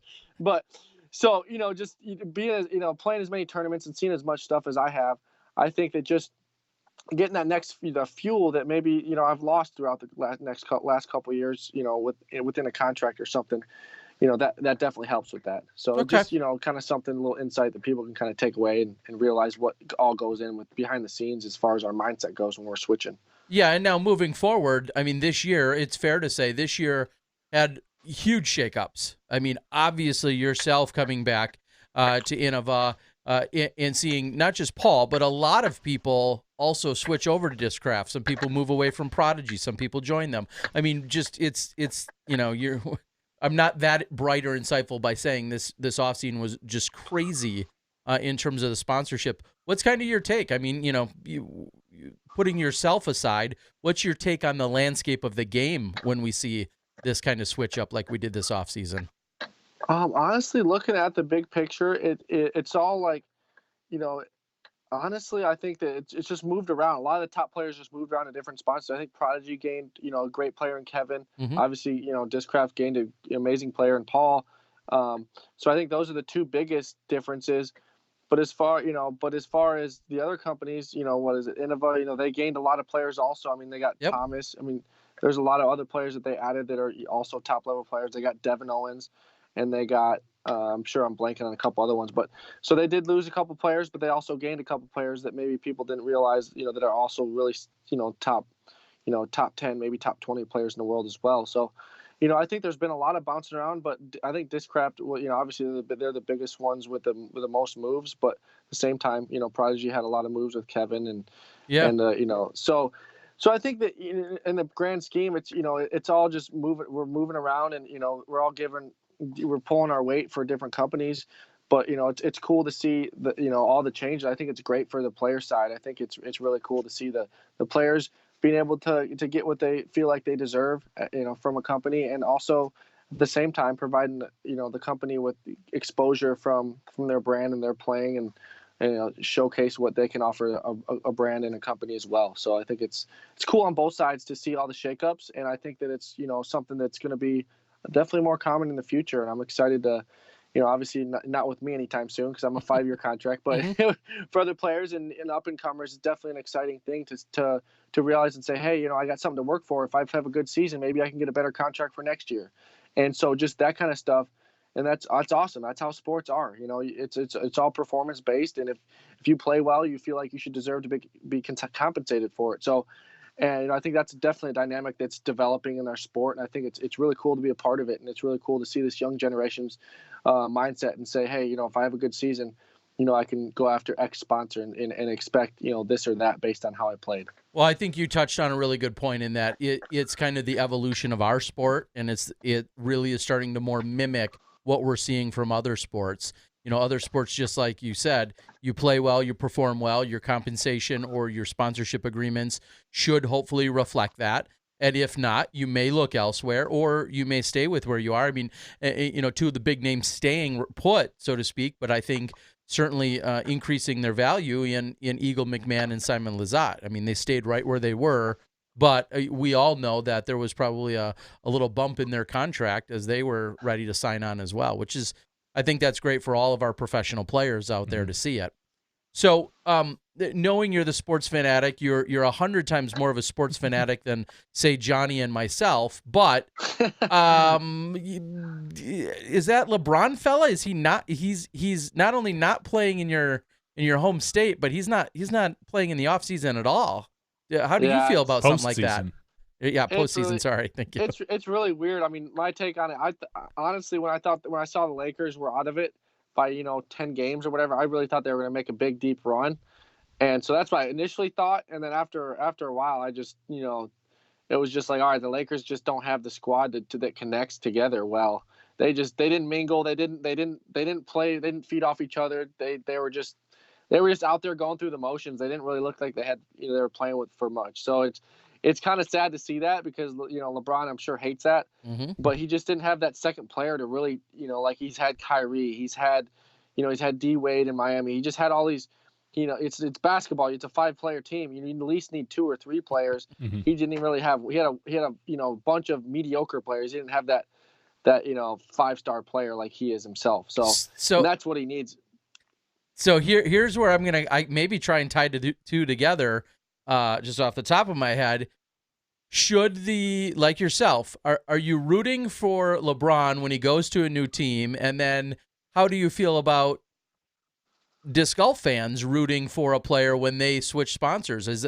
Do you feel like you're following the player? Do you follow the sponsor? Do you what means more to you? I like LeBron. I still do. I still really do. Genuinely, he's just always been a hometown guy for me. Mm-hmm. I'm from Cleveland, and I get all that stuff. So I think honestly for me, I see all the dynamics more than most sports fans do. So I can respect that more, I think, than most other people that don't. And in the grand scheme, it's like when he left Cleveland and went to Miami, it's like, would you rather live in Cleveland or would you rather live in Miami? Same thing goes to LA. It's like, if you have all the money he has and he's got a great career, if he injured himself and didn't play another game, people would still be talking about him years down the road. So it's like, he wants to be in LA. He wants to spend his time there. There's so much more going on there, and he's got so much more opportunity. He's only probably got a couple of years left, and I'm sure he's going to be fighting hard and playing really well because he's the top level athlete. He's not just going to go down without a fight. So, but yeah, I think that seeing all the dynamics that I've experienced in my sport of disc golf actually translates over to basketball even more, and I can respect certain decisions more. Okay, well, interesting. So last, I was gonna say, but ultimately you're rooting for the Bucks this year, right? Yeah. Right, exactly. Okay. Exactly. All right, good. That was gonna be my last Naturally, question. of course. Is finally we can, Johnny and I are literally Eastern Conference guy. Yeah, Yep, we're that's right. only 10 or 12 minutes away right now from the new 5-serve forum down there where the Bucks are playing, and so my last non-disc golf question is, what do you think about the Bucks since we're here in Milwaukee? I mean, they're just. I think it's going to be a weird matchup. I think it's going to be Warriors Bucks. I just think it's going to be a totally different matchup. The Bucks are they're so strong and physical of a team, and Golden State's just such an outside shooting team. So it's going to be an exciting matchup, I think, because I think those are going to be the two teams in it, and so I think I'm not really excited about that. Normally, like the Rockets and the Warriors, that's a matchup to where they're both outside perimeter teams, and that's just going to be a 3-point fest. But, the Bucks are coming right at you, down your throat every play with Giannis. And, Middleton's a great compliment to him. And they just got such a good defense. And whoopsies. Can you guys hear me? Yeah, Sorry. you're fine. You're good. Yeah, you're good. Okay, you still see? Yep. Okay, cool. Yeah, so anyways, just having that totally different combo is going to make it an interesting finals from what I'm predicting. And something that, maybe isn't, something we're used to seeing, that polar opposite of styles of offense. Awesome. I'm excited. Okay. I'm looking forward to it. Yeah. I'm hoping Ricky's hot take of the NBA right here on That's right. SmashBoxxTV. I love it. We're gonna have our weekly Ricky check-in with the NBA. I know. I like it. I'm excited. Yeah. Honestly, I'm excited for the me too, Bucks. for sure. Yeah, clearly everyone's a little bit more electric here, and things are excited. Things kicking back off for sure. tomorrow night with the Bucks, and obviously they have to move into the finals that you're predicting, but we'll see. We'll see how things go. Ricky, West Coast swing, then eventually things start coming back to the Midwest. How far out are you thinking ahead? I mean, are you only concerned about what's happening in the next 3 to 5 days, or are you always kind of thinking like what's up a month out or what's up 2 months out, and the international travel that's around the corner for you in the next month or so? What are how do you dissect the tour when you're moving throughout the year? Yeah, I mean, it just moves so fast. There's so much going on between clinics, playing, practicing, social media, all the different stuff going on. It's, for me, so it's kind of hard really to plan that far ahead. So I have people help me. Like when I'm planning events, I've got a buddy that helps, plan and manage all my events and schedule that with local clubs and do that stuff. behind the scenes so I can go practice and play and do what I'm good at. So just, dedicating different tasks for different people to where I can have more free time to practice, which is what, what I need to be doing. So I think that's the most important thing for me, to be able to really manage my time well. And so for me, to answer your question in short is, I'm focused on, one day at a time, getting my practice in and, doing certain things, maybe doing my business stuff in the morning and practicing, maybe at, 11 or 12 after that. So I think just, coming up with a plan of what I want to do every day and executing that will lead to a successful tournament, and being in the right mindset to, play well and win, which is my goal. So, obviously I'm planning ahead with the, international booking flights. I'm actually just looking at booking my flight right now to I'm going to Estonia, I'm going to Finland, and I'm going to Iceland. So those are three stops. I'm going to be going to Europe. I'm going to be skipping out on the Disc Golf Pro Tour in Michigan, the toboggan course. Unfortunately, I missed that last year. I'm going to miss it again this year. So that's, just falls in with the international travel, and I don't have time for that event. But yeah, I mean, it's just so much stuff going on that for me personally, I can't possibly do everything. So I need people to help with all the different stuff that I need help with, which is, so many different things. So yeah, just, I think that dedicating, time, different tasks to other people is the biggest, most important thing for me to be able to do what I do. Yeah, you're a one man, you're only one man, and you have now your fingers or hands in all these various cookie jars. And, at the end of the day, you need to focus on your actual play and your performance on the course. And we've seen a lot of things from you. We've seen you get a lot more into both social media, but then also the branding, along with the clinics and demonstrations that you're doing. What are some of the things that if people, want a glimpse of Ricky off the course in terms of a clinic or other things you're working on, what are some of the ways that they can do that? What are the other things you're working on?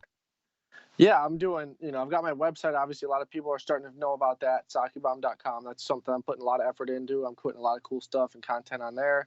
I've got YouTube channels. I've got, I've just been starting to do I just did a pig review a couple weeks back. So I've got a YouTube channel. I've got, obviously, like you said, my Socky Bomb challenges. Those have been going really well. I've been lining up with local clubs. I got one actually in Wisconsin coming up here in the next couple months. So be on the lookout for that. Right in your guys' area. Yep, you're SmashBox Central. You're over in Madison, right? Are you working with Mike and Glide? Madison and Marinette. Is that in Indiana? Maybe that's Indiana. No, that's really, really far north in Wisconsin. I saw you. They reached out about booking you for that, and I think it's awesome. That's way up. You're in like near the North Canada. Pole or Canada for that. Really? That's way up far? there. It's a way up there. It's I kind of wondered how you weave that into your schedule. I'm like, I wonder if Ricky looked at Google Maps before he booked that one. Yeah, how far is that? Like 24 hours north of us. No, it's not that it's far. Like it's 5 or 6 hours north of Milwaukee, so Madison. Not that bad for us. We drive, 10, 12 hours, nothing for us. Yeah, okay, yeah. But no, that's awesome. For you people that don't drive everywhere, I know, Fair, you're flying, so you're too cool to drive. Yeah, that's it. Nowadays. I'm too big time for that. Come on, exactly. driving. Jeez, I see how it is. I mean, we got the SmashBox jet that we just fuel up and take off. Right. Someday you'll get a ride, yeah. Yeah, I know. So like so you're doing all these. I'd rather drive. I'm weird. No. I mean, you have everything you need with you. I no longer, exactly. Second guess. We saw that Barry Schultz, from way back in the day, always had that mentality of being able to drive. Then you always have all the umbrellas, all the shoes, all the discs, all your clothes. For sure. You have all those things with you, and I think people like yourself and Paige Pierce and others have really made that the obvious choice, because you literally have everything you need with you every weekend. And I don't second guess that at all. So those are some of the events, and is it SockyBomb.com that they can find those at? Yeah. So I'm actually loading my my website with all the different events and coming up here in the future. We're actually working on finalizing that, so that should be ready within the next week or so. If not, then I usually post about it on my Instagram. I keep up with my stories and all my posting on there.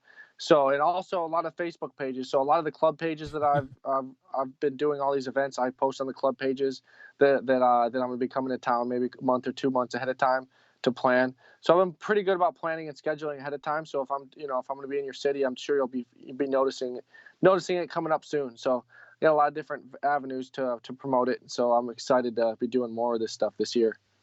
Crazy to think. I know I kind of just asked you to look out into the future of this year. But crazy to think, here we are. It's only May 14th, and you've got 10 or 12 events under your belt for the year, and like the year has kind of just barely gotten started, right? I mean, when you think about what you have in front of you.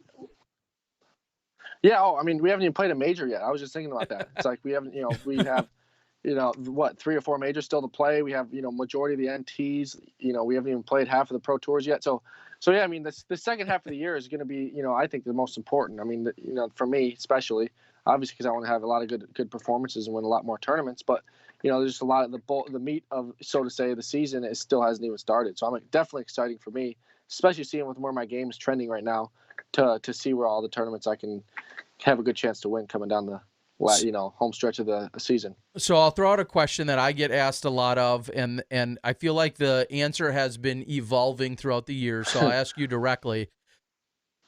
A lot of times people will say, hey, I'd really like to get, our top level pros to our event. What do we need to do? And the answer years ago used to be just, well, money. The more money you have, pros have to chase the money, understandably, because it's their livelihood. So the more money you raise, as long as you have a decent course, money will get them there. That no longer, because there's so many great events that can raise money, that no longer is that easy of an answer. So if there's any TDs out there listening and thinking, man, I'd really love Ricky, to get to my A tier next year, what are some of the things that you look for when you're like, hey, yeah, let's see if we can get that A tier onto my schedule? So scheduling is one for sure.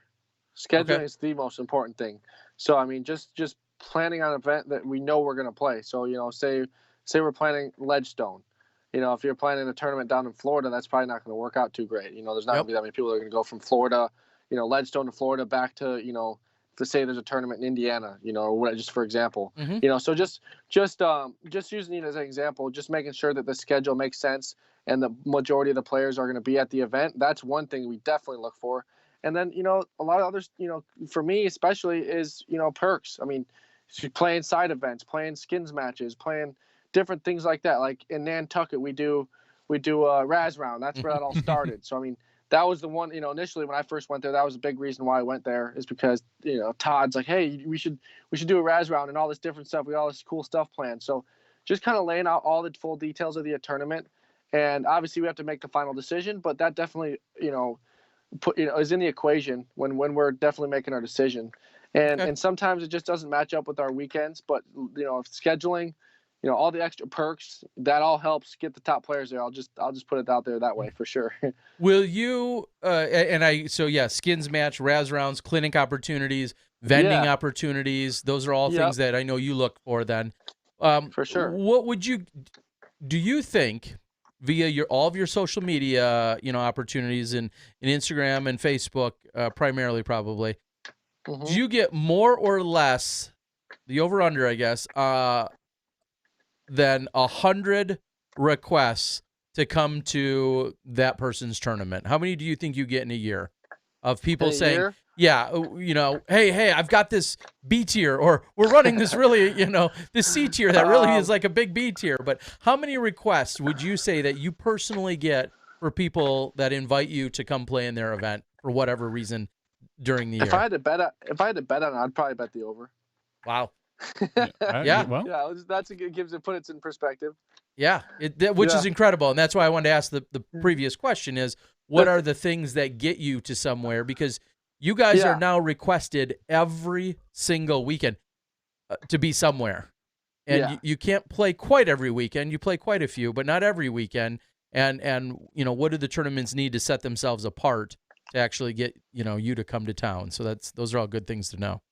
Yeah, no, I'm hopefully that helps out the TDs out there to kind of, so that way what we're expecting from you guys to really make sure it's worth our time and worth your time too, to be able to promote a top level player like us, being able to come there and help grow the sport within the community as well, doing clinics and getting people hyped about disc golf. We're pretty good at that. Going back to Ohio a little bit, I think of either hometown events or maybe just places that have a little nostalgia for dating back 5 or 8 or 10 years. Is there anything where you're like, yeah, I really want to get back to that place just because I really love playing there? It might not be the best course, or it might not be the best tournament, but I really love getting to any given area. Is there anywhere that jumps out at you? Yeah, dude. Honestly, it's the Hamburg. The Hamburg was always the tournament that I looked forward when I was a young kid. I was like, oh, in practice, I'm training, and like I would look forward to it for months and months, and then I finally got there, and I got to play the Hamburg, and then I remember playing with like Barry Schultz, and I was just super pumped. I was like playing in the league group with Barry Schultz, and I thought it was the funnest thing ever. And then I played, a lot of other NTs and big tournaments there. So the Hamburg, like I said, it's not the best course, but it's it's a solid course. It's a fun course to play, and it's I think it's worthy of NTs and stuff like that. But it's just a course that I really look forward to, and I think get a lot of home crowd support, and there for sure, just because I'm from Ohio, and so I think that's one I miss, and we don't really stop there too much throughout the last couple of years we haven't, at least. So I definitely miss that stop, and hopefully we bring it back sometime soon. Hopefully the Columbus Flyers Disc Golf Club can bring it back on the map. All right, very cool. Well, we the other now that Avery and Val aren't playing quite as much, the other big Ohio superstar, Rebecca Cox, we see her out there, and plenty of hometown love and support always getting thrown around for her. Who's the next up-and-comer out of Ohio? Do you even know? Out of Ohio, let's see here. No, I don't really know, honestly. I have it's weird because I haven't spent too much time there. Sure. I just see a lot of the people that I've known around. I'll have to stew on that and think about it. All right. Well, that's part of it. The next gen will help discover them. We know that. Yeah, I guess that's a good point. Yeah, he is. All right, Ricky. Anything else before we let you go here tonight? I want you to thank, your sponsors and all of that. But anything else in addition to your sponsors here tonight? No, I just want to thank everyone for watching. I think this is great what we're doing, and I'm glad I could join you guys. And hopefully we get a lot of viewers, and keep this disc golf game growing, and keep your SmashBoxx production going strong as well. All right, pal. Sponsors, go ahead, spit them out for us. All right, Delta Disc Golf, Innova Discs, and Saki Bomb. SakiBomb.com. Check it out. All right, there you have it. Well, Ricky Wysocki, two-time world champion and recent winner here at the San Francisco Open. We appreciate your time as always, Ricky. And we're serious. You have an open line anytime you want to talk to us. You're more than welcome to call in. It's even better when you win, but even if you don't, we'll take you anytime you got something for us. Right. We'd love to hear from you. All right. All right, buddy. Thanks, guys. Have a good night. Ricky. See you, Rick. Bye. See ya. All right, Ricky Wysocki getting in on the action. So good to hear. He's got a lot of stuff going on. I love it. I was thinking that, and this is probably could be said about any major athlete. You think of becoming a pro at any sport, and just the bright lights and the money and just the accolades. What you don't think about is all the extras that come with it. Oh, guess what? I need to either keep up on my social media or I need to have somebody else do it. Oh, I need to coordinate 50 weekends that I'm doing something this week or this year. And do I want to do that myself? I have all these people reaching out to me, and I need to verify that they're legitimate people. And I mean, because there's a lot of creepers that just want a little piece of your time or your energy. Exactly. Sure. I can be one of them. Yeah, yes, you can. And just think of all the extras that go along with that. And with most sports, they're making, most professional sports are making hundreds of thousands of dollars a year or millions of dollars a year. You can easily pay for someone to do that. It's not nearly the case for us. Some of our top players are making okay money, but not to hire a full-time person to take care of their lives so they can focus on the sport. It makes things right now. We're a small company where everybody kind of has to do a little bit of everything, and it can be very difficult and draining. So they have to be their own self-promoters, because that is definitely going to translate into dollars and cents. And it's not a matter of pride or shameless plugs or whatever you want to call it, or egos. It's just where we are as a sport. You have to go out and be willing to put yourself on social media, and you're assuming you're even remotely decent at it, you are going to gain bigger opportunities. You're going to have more options available to you. All of those things will then likely come along with it simply by producing that content and making yourself a little bit more accessible, not just to the tournament directors and to the clubs, but then also directly to your fans. Because when someone sees you doing something kind of fun or a trick shot or a pro tip, even if it's just a 30-second pro tip on Instagram, of course, that could be the difference maker between, that next Instagram purchase. follower deciding, hey, I like this person over that person because they give pro tips. And just like you said, oh yeah, I'd like to go buy something from them. They give me a really cool tip that worked out really well. I'd love to go buy it. It could literally be the difference between you buying a Coling signature disc versus a Ricky signature disc. That's ultimately what it could be. And so you need to keep up on that. You need to be outgoing and show, whatever you want to people be willing to share and have people perceive as your life, or just be a sucker and let me invade your life and then put it out there for everybody. In general, it's a full-time. It truly is a full-time job. It's not. It used to be 10 years ago when I would think, oh man, some of these pros have it made. They just travel around and play disc golf, because that's literally kind of what they did 10 years ago. Mm-hmm. It's not the same anymore. There is so much more that goes along with being a pro athlete now. Well, and Ricky is a testament to that more than most in that. I see Ricky go out and shoot a course record, and then an hour and a half later has an entire booth set up that is Sake Bomb branded discs and apparel and hats, and he's signing discs, and he's got signature series, and he's got all these different things along with him. So, and more often than not, he's leading the charge to unpack the car, to get his booth set up, to get it ready. I see the same out of Sarah Holcomb, and I see the same out of a lot of our players, but some of the ones that I see most consistently, I have to always say Ricky is right there in the forefront of that conversation, and that's giving him another level of access to these players in running a booth, and it might be exhausting, and maybe he just shot a course record and lost the tournament by 2, but he's still at the booth signing autographs, selling discs, interacting with fans with a huge smile on his face, and I always appreciate exactly that when we see it from Ricky and any of our players, but he's definitely a testament to that more than most, and to remember that he's just 25 is also is pretty funny. That blew my mind again, because for some reason, like he said, I put him right up there with old man Paul Macbeth at 28, 29-ish. Yeah. He's been around. He's got 2 world championships, and you just don't think of that. And I mean, it's not even like they were recent. Yeah. 2 and 3 years ago? 16 and 17 or 15, 16, 29, 1,000, 100. Something like that. Either way, it feels like a while ago because we have so much golf now. Mm-hmm.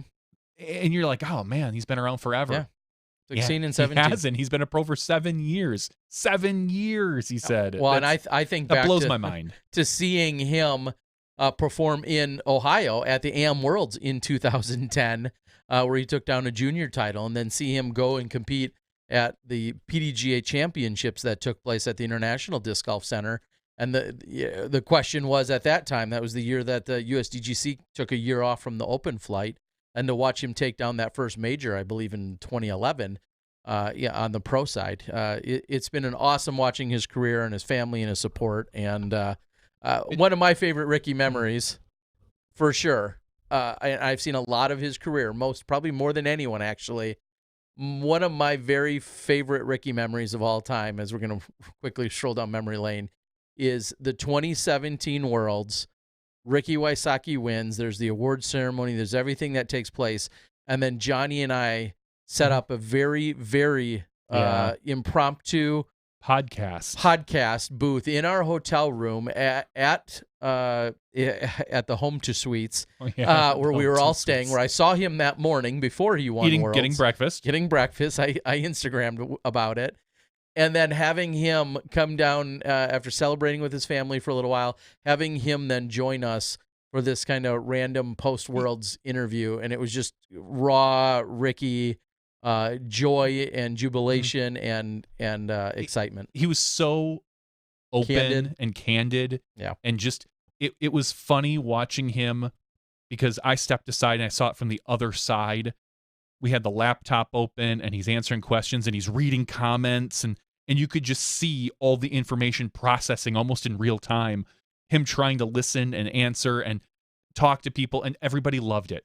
Everybody loved it. And he was very open about improving himself as far as his public speaking. And he was very open about even a little bit about, relationships, I think is what we touched on a little bit as far as, the personal side, not just like the inner group relationship, but actually his outside personal life. And if you get the chance, go back and take a look at that podcast. That is from, I don't know the number, but it is from the 2017 Pro Worlds. Go and take a look at that. And if you want some really good raw Ricky right after he won, just comes wandering into our hotel room and sits down and, hey, let's shove a camera and let's go, man. It was awesome. It was. So, well, again, thanks to Ricky. Glad to have him. And all right, I think there's plenty of after show conversation that can take place. There was a lot of, I almost said it, unintentionally. I almost said there's a lot of buzz around the conversation about this last weekend's primary sponsor over at the Disc Golf Pro Tour. There's that, and then there's a lot of other, pieces as we're moving forward. Moving into Masters Cup, we saw a lot of hype for it. I thought it was interesting to see as much hype for the Masters Cup as I did. That was almost preemptive to the San Francisco Open. And that kind of, I'll just say, it took me a little bit by surprise. I'm all about promoting and putting your event out there. It was just interesting to see some of the promotional material that I felt like was in front of yet the San Francisco this weekend. I mean, it's only a week between. You kind of have to. I agree. It's kind of weird to see it start unfolding the exact same time. But again, we could talk about that a little bit more in the after show. I think we're going to wrap, unless you have something I don't know. Well, we're good. Well, I mean, good is a relative term, but. All right, we're going to close it out. It's been great having you guys. We want to thank Disc Golf Nerd for his review of the Kong. We appreciate that very much. Also for, just being here and interacting on our chat board, answering questions as much as you do, and everything else you're doing in your area and beyond to support and promote disc golf. Thank you guys so much over there at Disc Golf Nerd. We want to thank Dynamite Dana Vici. I want to thank Matt and Josh Graham from over there at Kids Disc Golf, along with the United States Junior Disc Golf Championships. Make sure you go check that out, along with all of their sponsors. Make sure you buy yourself a bag tag to be eligible to win a prize next week. And, of course, our two-time world champion in Ricky Wysocki. For Johnny V, Terry Miller, the Disc Golf Guy, this has been SmashBoxxTV Podcast 247. We'll see you next time in the after show when you step inside the Smashbox. That's smooth, Terry. Perfect. Thank you to our $2 and above patrons. Your name is listed below in the credits. If you are interested in being listed as a producer in the SmashBoxxTV credits and supporting this and other fine podcasts, please visit patreon.com/SmashBoxxTV.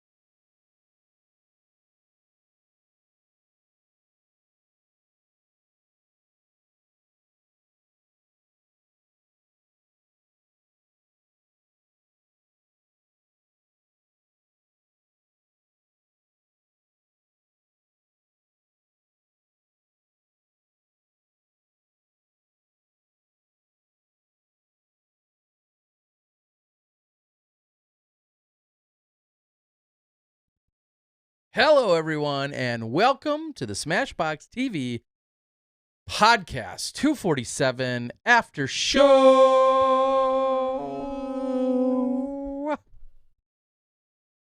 Here we are. Okay. Back at it for more. Yeah, we never quit. You know. Actually, I quit. Oh, gosh. Please It's just, you don't even have to submit your 2 weeks.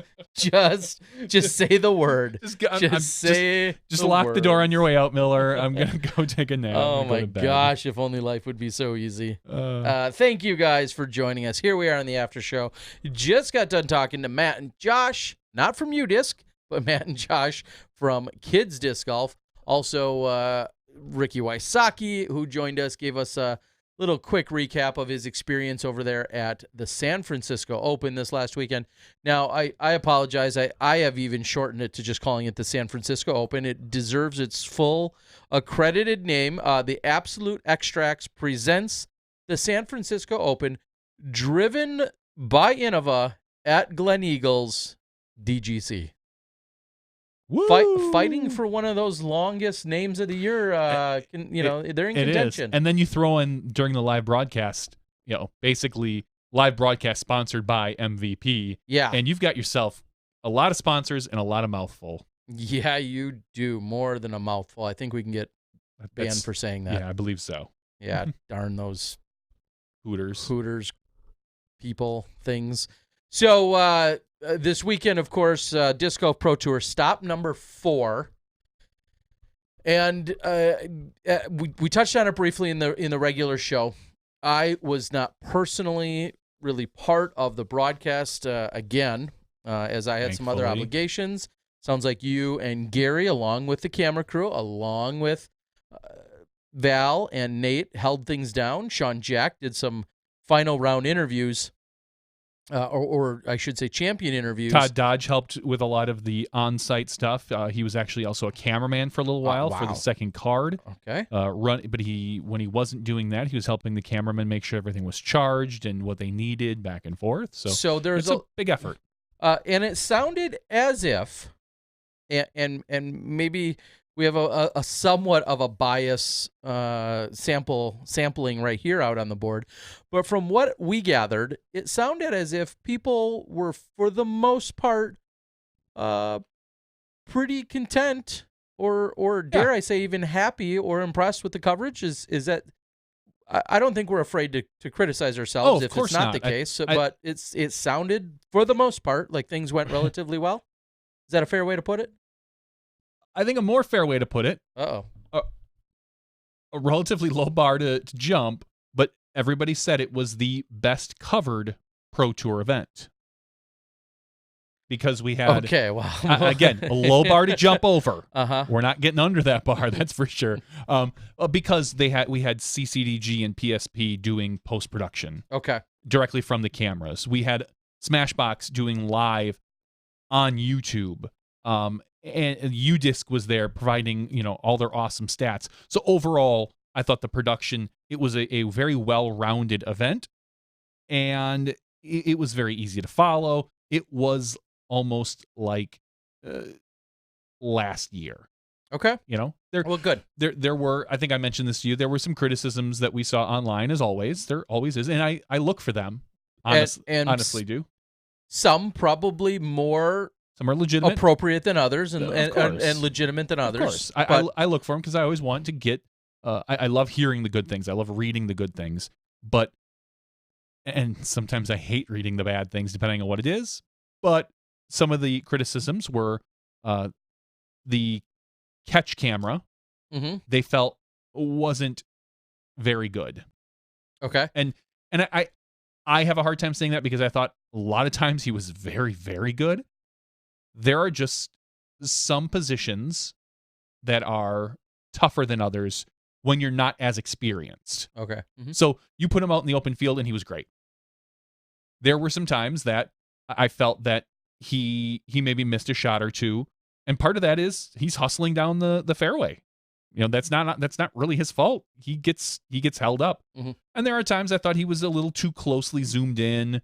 And we try to communicate like, hey, I need you to, it always sounds funny to say because everyone jokes, I need you to pull out a little bit.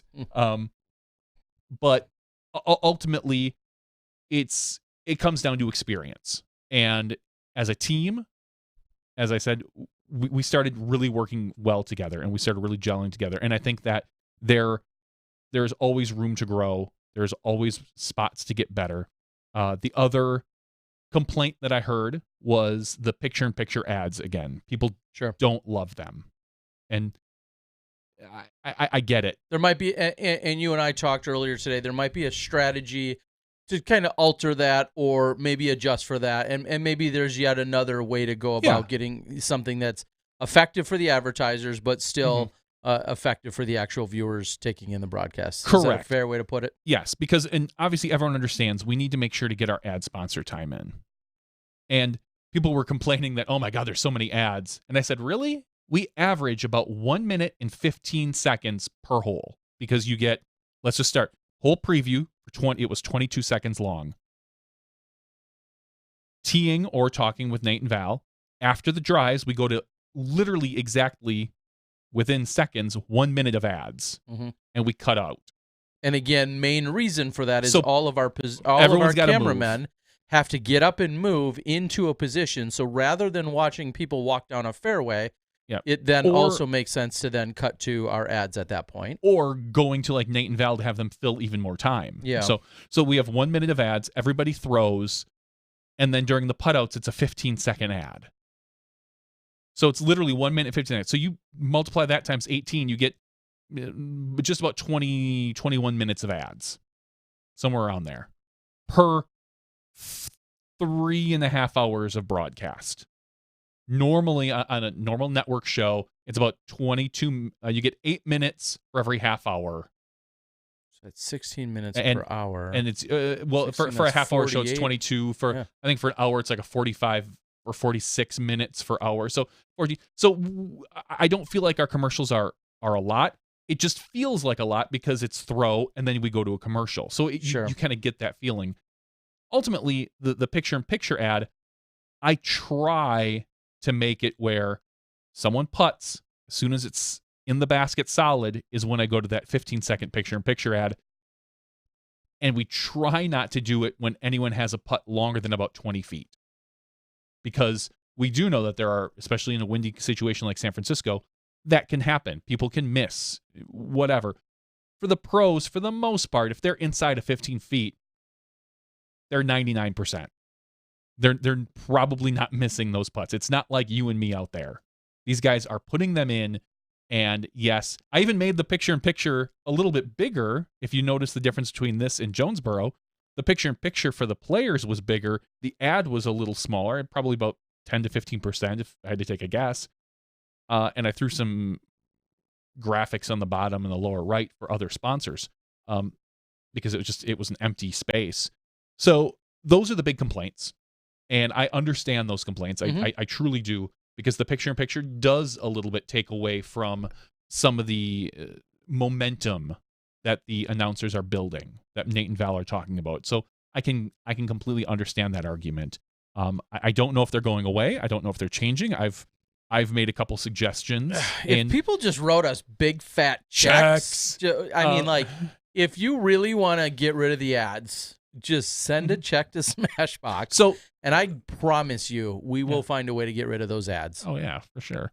But ultimately, those were the two biggest complaints I felt, and somewhat valid, somewhat not, depending on how you look at it. And it's but overall, I thought it was a really good broadcast. I was very happy with the results. And I want to quickly throw out there, and this is not to be an excuse, but I would like to quickly throw out there that what some people definitely did not know, or maybe even realize, the crew that has been the camera crew, or all of our cameramen that have been used for SmashBoxx up until this point this year, negate every one of them. And then Johnny, I'll say, was handed. You were given 3 brand new cameramen to start the broadcast with come Friday. And so there is a kudos to the cameramen themselves for learning and adapting, and there's a kudos to Johnny and Gary here, along with Todd and everyone else that had helped. But for everyone at home to know, literally 3 brand new cameramen. And it's one thing that you can be a great cameraman, and you need to be coached on how to help produce this live show, or you could be a great live film person, but not necessarily be great at filming disc golf. I mean, there are a lot of variables that can happen here, and so for things to be said that they went as well as they did, and to have yet again more new moving parts, I think is a testament that feels like we're trying to get into the swing of things. And there's always going to be some new people from time to time, but to have literally an entire three new crew. I forgot, brand honestly. new people that they all have some familiarity with disc golf and with camera work and all that stuff. That's great, but they've never done live with us before. And fair or not, that is a monstrous challenge and a hill to climb over. And hopefully we're going to see some more consistency moving forward, because every time we have to, I'll say, start from scratch, you're just adding in way too many variables and maybe rookie mistakes that, quite frankly, we hope we don't have to have, because we no longer have then rookies that we're dealing with. And I'm not calling them rookies in terms of their skill sets, just rookies in terms of being live with us. So. Yeah, and they took, again, a lot of this falls on me. They took direction very well. Yes. I thought early that I forgot, again, like I totally said, I forgot I was handed 3 new camera guys, because I felt like they were relatively experienced, so it didn't even really seem to affect me. The first round, and maybe once or twice in the morning, a little bit jumpy at times, as in like wanting to get up and move. And then as the round progressed, it kind of, everyone settled into their position. Like, okay, cool. That's right. This is what we do. We sit and wait. We listen. We do this, and then we go. Or there are times, when I screw up and somehow, like at one point, my communication with them turned off. And I don't know if I got a call or a message or I hit something, but so I was communicating with them, but they couldn't hear me. So I'm like, hey, ready camera 2, take camera 2, ready camera 1, take camera 1, ready camera 3, which is basically the procedure I go through.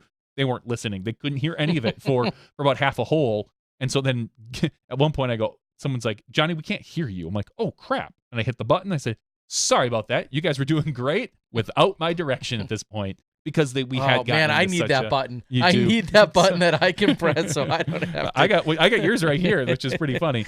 And they had gotten through it. So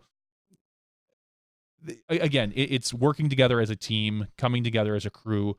The really camera 1 and camera 3, which is our throw cam and our reaction cam, really need to be in sync, because once the catch camera leaves to go to his next position, they are the ones carrying the show between the two of them for usually really short approaches and or putts. So there were times when, they would suddenly both decide they needed to move to get to the position, not thinking that they were on camera. And so I would panic and just start hitting buttons, trying to get to a booth shot or a static shot. Sure. And that happens. I mean, that's and all with experience. Yeah. And if we work, and I think we are working with them some more come Portland, it'll be even better. Well, it's going to be exciting. I'm excited. As of right now, it looks like I'm going to be involved probably on the ground in Portland, really being part of that full crew, so to speak, here for the first time with the Pro Tour for this 2019 season. I know Nate and Val are excited to be there. Bevel having a big part, so people will be able to partake in some of that Bevel beer atmosphere and some of the things they have going on. And then just being back at Blue Lake, which we haven't seen since the epic battle between Ricky Wysocki and Paul McBeth back in 2014. A great track, a great place to be. Portland and that whole Northwest, of course, just an amazing place for disc golf. So when the Pro Tour returns there in 10 or 12 days, super excited to be back there. So looking forward to it all, and thanks for the overall updates. Some questions on the board. People, Sam brings up a really good point. When you see someone like Katrina, and we see someone, even though Katrina, got close there for a minute. It got a little bit hairy for her as Paige was kind of making a run. But you see Katrina and you see Ricky both seemingly have things in control that almost might kill a little momentum even from a broadcasting perspective. Nate said that. Nate said about MPO, after FPO finished up, it kind of got close in FPO. It got within 2 strokes at one point, and you thought, oh, well, here it is. Katrina's starting to fall off. Paige is starting to come on. We're going to get this great battle. And then it just literally went the opposite direction. And Paige, I think, took like a double bogey or something. And Kat took a birdie. And it was like, oh, wait. Oh, yeah. We're back at 5 strokes. Yeah. And then we finish up with the FPO round. We've got like a 3-hour break. And Nate goes, ugh. He's like, I hope it gets a little closer. Because Ricky kind of felt like he had it wrapped up at that point, even going into the 3rd round. And I said, yeah. And he's like, it's just, there's less to talk about when it's a blowout. He's like, you can talk about the 2nd place battle and the 3rd place battle, but people don't love that as much. They don't really care about that nearly as much as a 1st place battle. And I said, of course. Well, that's, nobody, 2nd place is first loser. No fear. Yeah, no fear, man. No fear. It's so it makes his job tougher. It makes it feel like the round goes a little longer, even if it doesn't truly go longer. Everybody wants to see a battle, and so Nate was just kind of like, Nate's like, I just want good golf. I just want to watch a good competition, and we had great golf, but we didn't have a great competition. Yeah. It was let's watch Ricky kick some butt, which is great if you're a Ricky fan. Yeah. And great if you're Ricky. It's less compelling as a thing. No one wants to turn on the baseball game, and you're not going to probably sit and watch it if it's like 7-1. Cool. Yeah. Click. Awesome. My team's winning or losing. Next. And you move on. And you move on. So, but we can't script these things yet. So not yet. When big money gets involved, that's right. We'll certainly be bribing people for missing putts and everything else. All right. So, Seti says Seti, I think you super chatted earlier. I believe you did. So we certainly appreciate that. And Seti had said the overall result of the coverage at this last tournament, SFO, was absolutely outstanding. Really good stuff. Well, we do appreciate it. And as we already know, to kind of put a final thought to that, we know there's clearly room for improvement. We're going to continue to work toward it. Every weekend still is a little bit of a learning curve, and there is something to be said about working with some of these new people as we're transitioning this year with a different format that we've had from the last few years, being a Smashbox, provided crew where we show up with everyone, as opposed to, occasionally having some of these new cameramen or people that we're working with. And of course, growth and development is all we're looking for, but there's still always going to be that learning curve. And that's what we're going to fight through from time to time. So, Sam Martin asks, maybe it would be more compelling if in the leaderboard, if we saw the money that they were playing for. And that's a valid point. And when you see the difference between, when 2nd place is 2,100 and 3rd place is 1,400 or whatever that may be, maybe that is a better, more compelling story to tell. And it's something we'll have to talk to UDisc, because I don't know if all of the finances are figured out or if there's a spot in UDisc for that, because obviously we pull all our stats and data right from UDisc. So it would have to be something that a TD would have to input into UDisc at some point. Yeah, and I would think that it should be able to happen, but I'm not the programmer. I'm not Matt and Josh from UDisc. And I'll go as far as saying I have no doubt that it's I'll oversimplify their job, because that's what I can do. You guess press some buttons and key some stuff. I have no doubt in my mind that they could very easily implement that. I really believe that, because they're smart. The question is, does anyone else want to see that? No, I mean, and if so, who that is, and maybe it's like some of the other features for the players and the scorekeepers, you could turn it off. But right now, they already implement a cut line at that 40% or whatever that is, and that shifts as the players. If there's a cut line, that continues to shift throughout the day.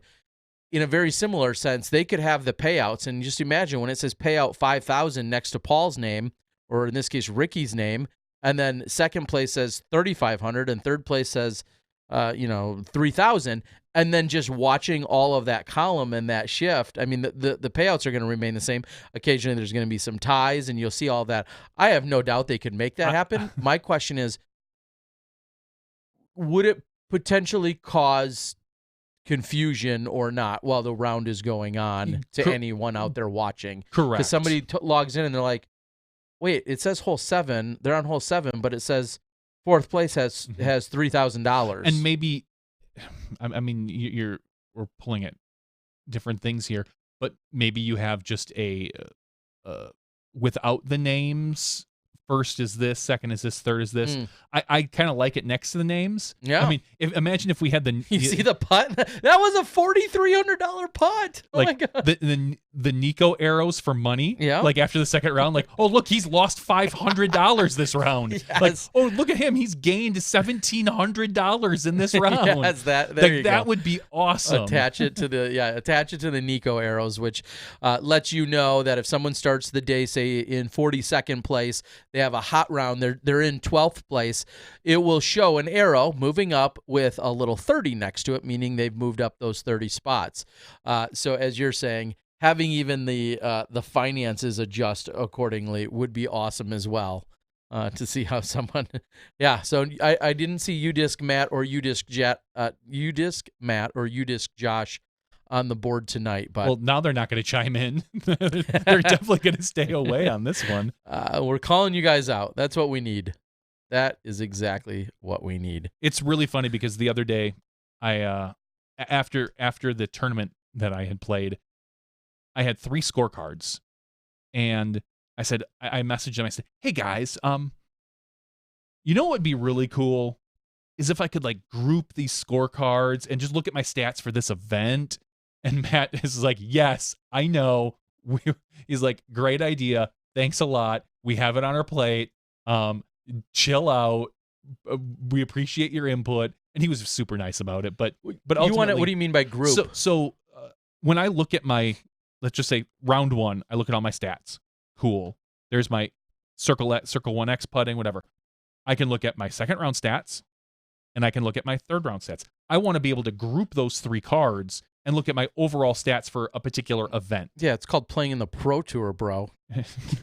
That's how you get your stats grouped. And so Matt was very nice when he said, he's like, "Yes, it is something we're looking into, this and that." And he's like, "It's on the long list." He said, but he did say, "But John, because you asked for it, maybe we'll bump it up just like a little spot." That's the Smashbox bump we've been talking about so for instead 5 of the years. 57 thing, it might be another 56. There you go. I'm just saying. But ultimately, and it's amazing the things you think of when you actually use it. You're like, "Oh man, that'd be awesome if I could ... And every time I've done that, they've always said, "Yeah, we know," because they've thought. Well, of yeah, probably I was gonna say, don't think you're getting ahead of those smart guys. No, I'm definitely not. Or 37,000 other people have asked them the exact same thing. You know what you should do? I don't say it like that. I said, you know, it would be nice. It would make me all warm and fuzzy. Speaking of warm and fuzzy, I know what you guys want, and I'm going to go ahead and say. Well, that's not what we were going to give away. Oh, we got okay. Well, okay. Wow. Okay. Or let's give that away next week. This one's a little more appropriate this week. Okay. This is more appropriate because our guest in the regular show officially approved this, and he picked out the color himself. This is a pink Ricky Wysocki Destroyer with, well, a tournament logo of event I ran, and Johnny V won. And Johnny V won. Let me clarify. Advanced Master Champion Johnny V could sign this. This could be an exclusive. Want the value to go down. If you are available here tonight and you're on the board and listening, you can in fact win this maximum weight Star Destroyer for disc golf use only. It says right there on the sticker, folks. So do not play bocce ball with this. Don't use it as a plate. Nope. Don't. Disc golf use only. Disc golf use only. So this is from the Skyline Classic, which was presented and driven by Innova Disc. So thank you guys for the event I ran a few weeks ago, along with Tom McManus. So this is a custom stamp Star Destroyer, new, never thrown, mint 10 of 10, no scuffs, I don't know, sleepy scale, blah, blah, blah. What? And it's a long story. Wow. But yes, if you want this signed by the Advanced Master Champion. If you want to drive the value down, I can do that for you. Johnny V. So Johnny, you might as well bite it or this something. is in fact, like I said, a Ricky. I will sign it. I will sign the sticker on the back so you can choose just to peel it off. But this goes to a lucky Patreon supporter. Next week, we'll give them a double shout out. Next week, we do in fact have We've got the disc member box. Disc member box. So and That will go to a lucky Patreon supporter next week. And let me just tell you, that disc member box, in it, the Discmania Swirly CD3. What? With the exclusive Benjamin Hopwood design. No. It does. Go on. Yes. A new Discmania tech towel. Tech towel. Tech towel. Talking tech towels. Tech towels. Discmania carabiner keychain. Discmania sticker. We're not giving this away. I'm keeping that. Oh, you I'm can't. keeping it. You I can't. will. I will. And the UDisc Pro subscription. For the life of your disc membership. All right. So that's next week, apparently. Next Terry's week. pushed it back one more week. I'm a disc tease. They all heard it here first. I'm a disc tease. So, but tonight, thanks to Ricky, or not, he was just our guest, but all too fitting. Innova champion supporting, they're ultimately supporting, they didn't even know it, and they're going to support the broadcast. So, what numbers do we need to draw? I think we are 4 Pro Tour stops in. So you draw the 4th number. Okay. I thought for sure you were going to go 2 this time for number of wins Ricky has had this year. All right. Nope. Just saying you could. Nope. All right. I'm not going to do that. The 4th number that we have, let's look at it. Our first number is 149. Second number is 59. Third number is 75. Our 4th and winning number is 147. These are sorted by total amount given to SmashBox. Ooh. I'm not going to tell you which way. Bart Welch. Bart Welch, number 147. Bart Welch. Congratulations, Bart Welch. We will reach out to you and get your information so we can ship that to you. Congratulations. I hope you enjoy your destroyer. Here, Bart, if you're it to on me the right board now. Yep, there you go. I was going to say, if you need it I'm going to sign the sticker right now, so just so you know. I do want to also throw a quick one out there that last week, at some point, I don't remember if it was before or after our show. Signed right on the sticker now, officially. So. You have a Johnny V autograph. Oh, my gosh. Oh, my gosh. It'll just peel right off. Last week, sometime, I got very, very caught up on Patreon giveaway prizes. I know I sent one internationally. Some other country, place, thing, continent, maybe. I know that there were shirts. I know there were discs. I know there's been all sorts of disc member boxes. There was all sorts of stuff that needed to go out. I finally made sure I had all of the correct addresses for some people, which I still had to hunt down. So if you are somehow missing anything, which is still possible, I'm new to the USPS or not, but if you are still missing something or you feel that you are owed something other than a big hug, please feel free to reach out to me. Usually Facebook's good, or Terry@prodiscgolfer.com, and we can pin it down or hunt it down, whatever it might be. There is certainly a chance you might be missing something that we've either promised or given to you, or somehow I owe you or we owe you. Please, I'm not offended when you politely, gently remind me that there is something that you are still in need of. So, but thank you to all of our Patreon supporters. Again, should be relatively caught up. This one's going to go to Bart Welch. And next week is the disc member box. CD3. CD. Isn't that the Cloudbreaker? No. No? Is that the PD3? No, that's a DD3. It's a DD3.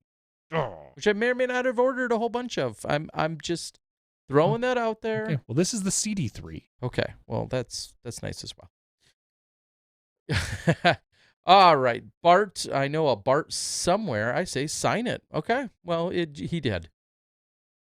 Seth Steinway is out on our board, giving us some stats, talking about Manabu, 55% win rate out of 196 events, career earnings $37,000. It's tough getting paid in Japan. Someone should convince him to tour in the States. That's not sure that's his priority. Easier said than done. That but, too. We will get to see Manabu, I'm fairly certain, on the first round coverage of Masters Cup. He is coming into town. Okay. And is there a vote or a fan, or is it a hand-pick thing? I believe it's a hand-pick thing is what my understanding was. They're going to have the AM winner from last week, or the advanced winner. I believe they're going to have Paul, the former pro winner. Oh, Macbeth. Yes. Okay. Uh, Thought you meant Omen. Yeah. hey, let's be honest, that'd be better. I mean, Ouch. taller at least. Tall people are awesome. That's all I can say. No, not Let's all be of them. real. Yeah, Certainly most not of all of them. them. And I believe Steve Hill had said he wanted Manabu on there as well. That if he had a choice, that he would be on a featured card. So, which would be really cool. And if you listen to the PDJ podcast, if you can get through it, I mean, no. Steve Hill actually mentioned it towards the end of the podcast. So you can skip to like about 10 minutes in, 10 minutes left, and then you'll get that. Sarah Lamberson's great though. She is. She's wonderful. I love Sarah Lamberson. Like, she's on our message board during the broadcasts, and she is one of my favorite people in general. Extremely talented. Thank you for being a moderator as well, Sarah. Yep. And then they also have Steve Hill. Yeah, that's good for them. On the FPO side, I believe we saw, yesterday still. On the 13th, I think, was in fact Hannah Macbeth's birthday. Happy birthday to Hannah. I hope we know you enjoyed she's Detective Pikachu, which I thought she is a regular Smash EN listener here, so she gets the extra special birthday shout out. So happy birthday to Hannah, who was also just saying on one of the social medias that apparently her allergies are getting the best of her out on the West Coast at the moment. I feel you. Not right now in Wisconsin, but in general, in like the next couple weeks, it's going to get bad. Super excited. I'm going to tease it again. Actually, there's actually a big development. There's now maybe two international tournaments that the disc golf guy is locking in details, so I can't quite announce them, but two international tournaments. Thanks, Terry. That I'm excited to announce hopefully by next week. I gotta finalize details, man. I know. I can't just throw my business out there. I would wait to finalize. No, I gotta tease it. Gotta tease it so people know. Oh my gosh, he's going international. Where's he going? Yeah. Canada? Maybe? Mexico? Who knows? Who knows? Either way, I'm super excited to talk about those when we get a few of those details. Mike Cullerton says it's his birthday on the East Coast, apparently in the 5/15, as in May 15th. Mike, we know you're here often. We really appreciate your support in every possible way. So happy birthday to you, Matt, who is 56, according to the East Coast time zone. Appreciate that. Is it worth, and maybe it's a dead horse, maybe it's not. A lot of conversation this last weekend, having Absolute Extracts being a presenting sponsor in California. I have a funny story that I don't know if I'm supposed to share or not, but I'm going to share it anyway. Exclusive after show. Funny story. Not sure if we're supposed to share or not. This is my favorite segment. This is.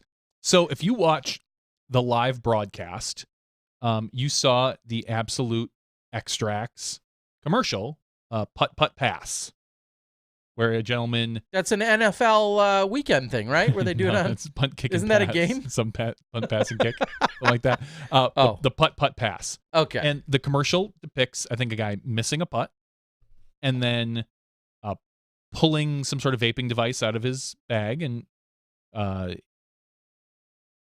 vaping, and then making a putt. I made the joke, putt, putt, pass. That's one too many putts for me, but to each their own. Mm-hmm. I got a new commercial halfway through the event saying, we need to replace this commercial because it has actual vaping in it. So we pulled the commercial. If you notice the commercial on the final day, I believe it was. Might have even been the MPO round 2. I'm not sure when exactly I got it. The FCC called you. They clipped that out. I don't know any of the details. I didn't ask any details. I just pressed the button. I just said, "Oh, cool, different commercial. We'll put that in there." So I have no idea what the reasoning was behind it. If it was a sponsor, if it was a PDGA, if it was a YouTube, if it was a flat out just a legal thing. I honestly have no idea. But that is there are two versions of that commercial, and one has it and one doesn't. Now, literally it's like 2 seconds of the commercial clipped out. Again, let me reiterate that I was not able to participate in almost any. I saw literally a few minutes of the broadcast throughout the weekend, on more so on the FPO than MPO side.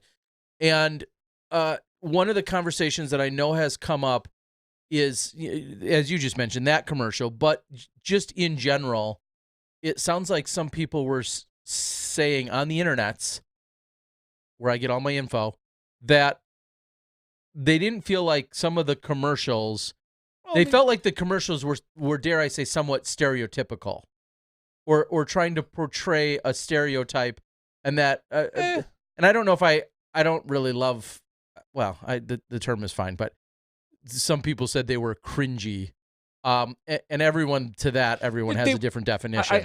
I guess what is your take? I felt they were your typical.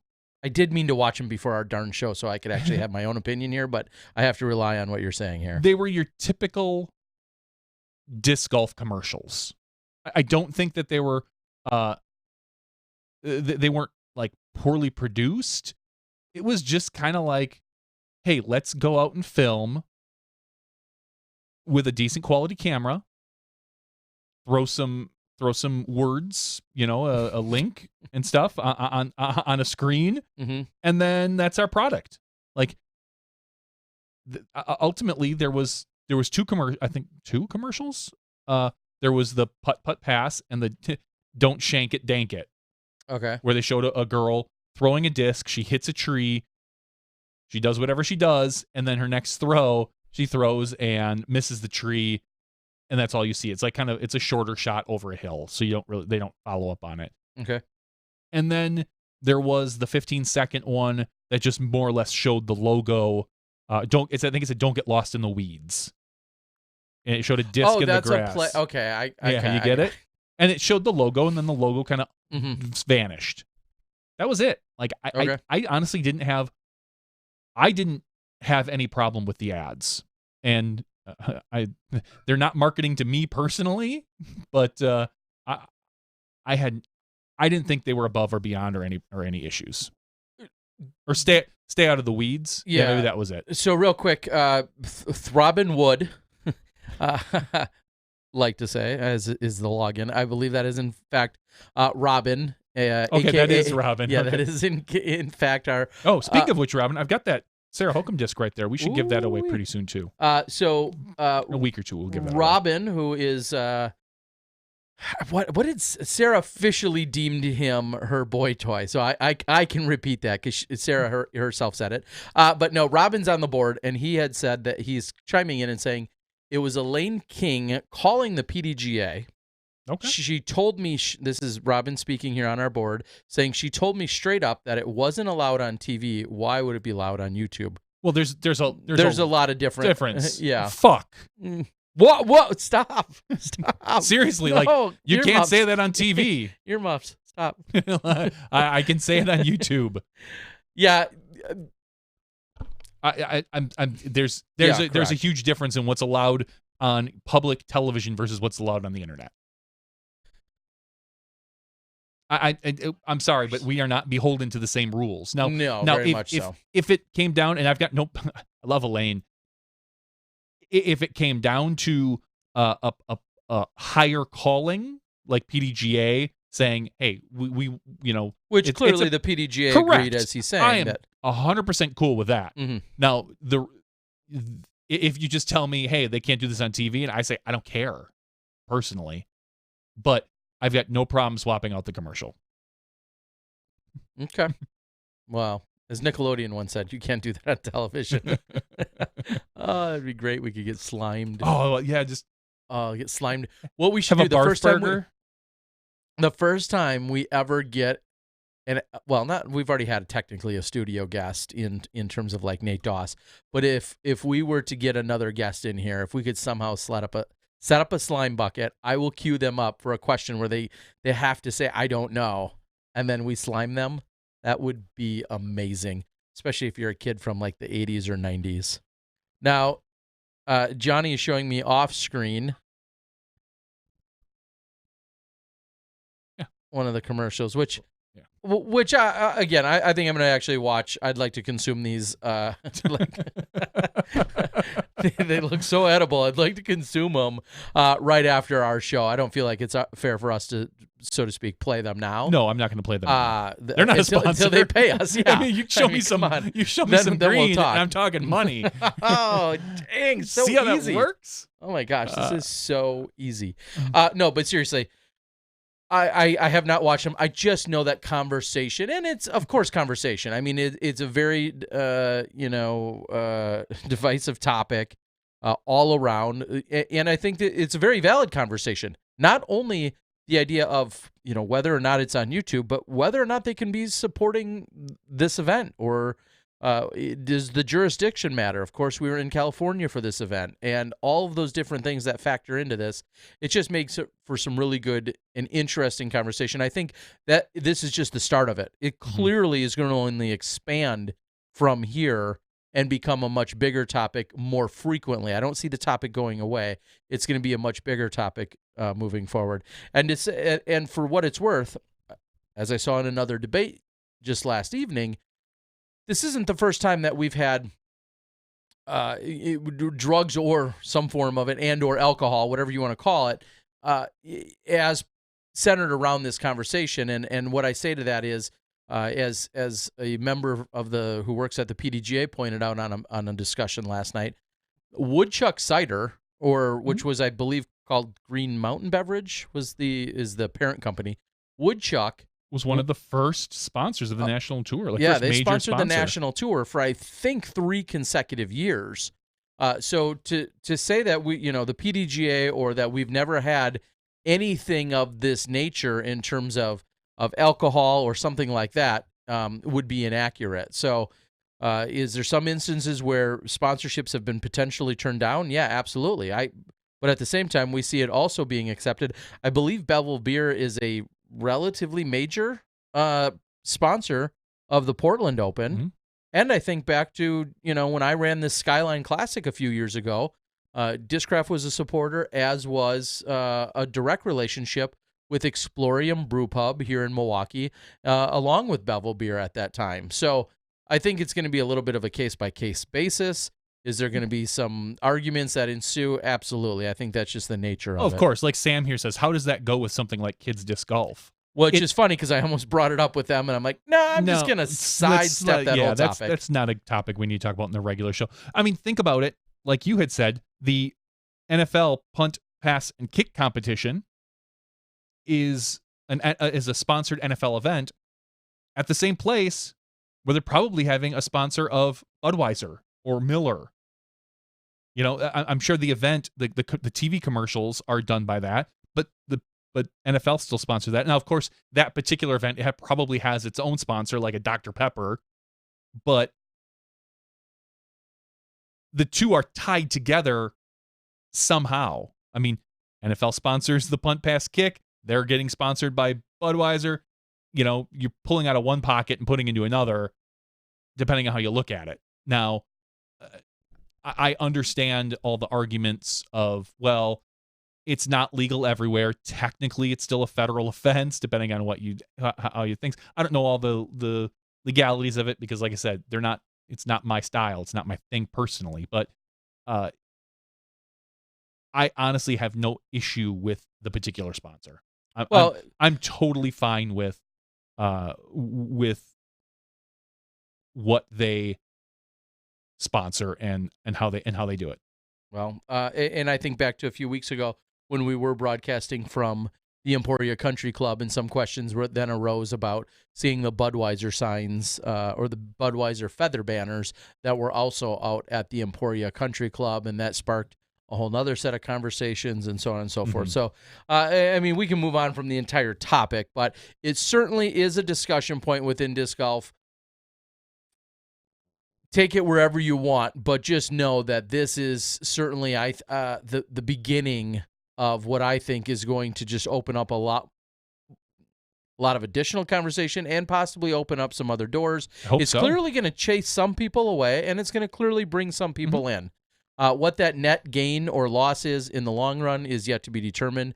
but we are certainly venturing into an entirely new space here. So And that's where it is. And as our board is lighting up with, and I will say, lots of chatter. It's a, I don't want to say a touchy situation. For Divisive.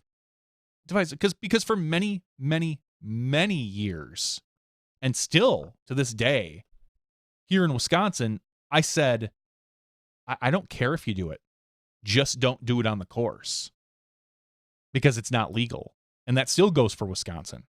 Sure. In California, I may have a different perspective.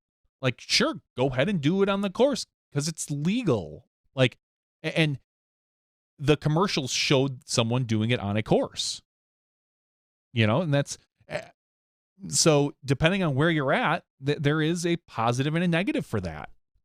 So it's definitely, like you said, a divisive and, it's just a tough spot to be in at times, depending on where you are in the country. Where you are and what your particular stance is.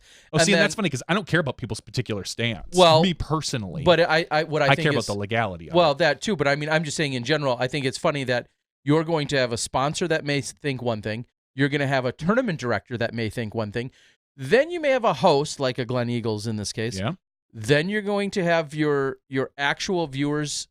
You're going to have your co-advertisers. You have manufacturers. It's not just about what one entity thinks. It's about what all of these entities think.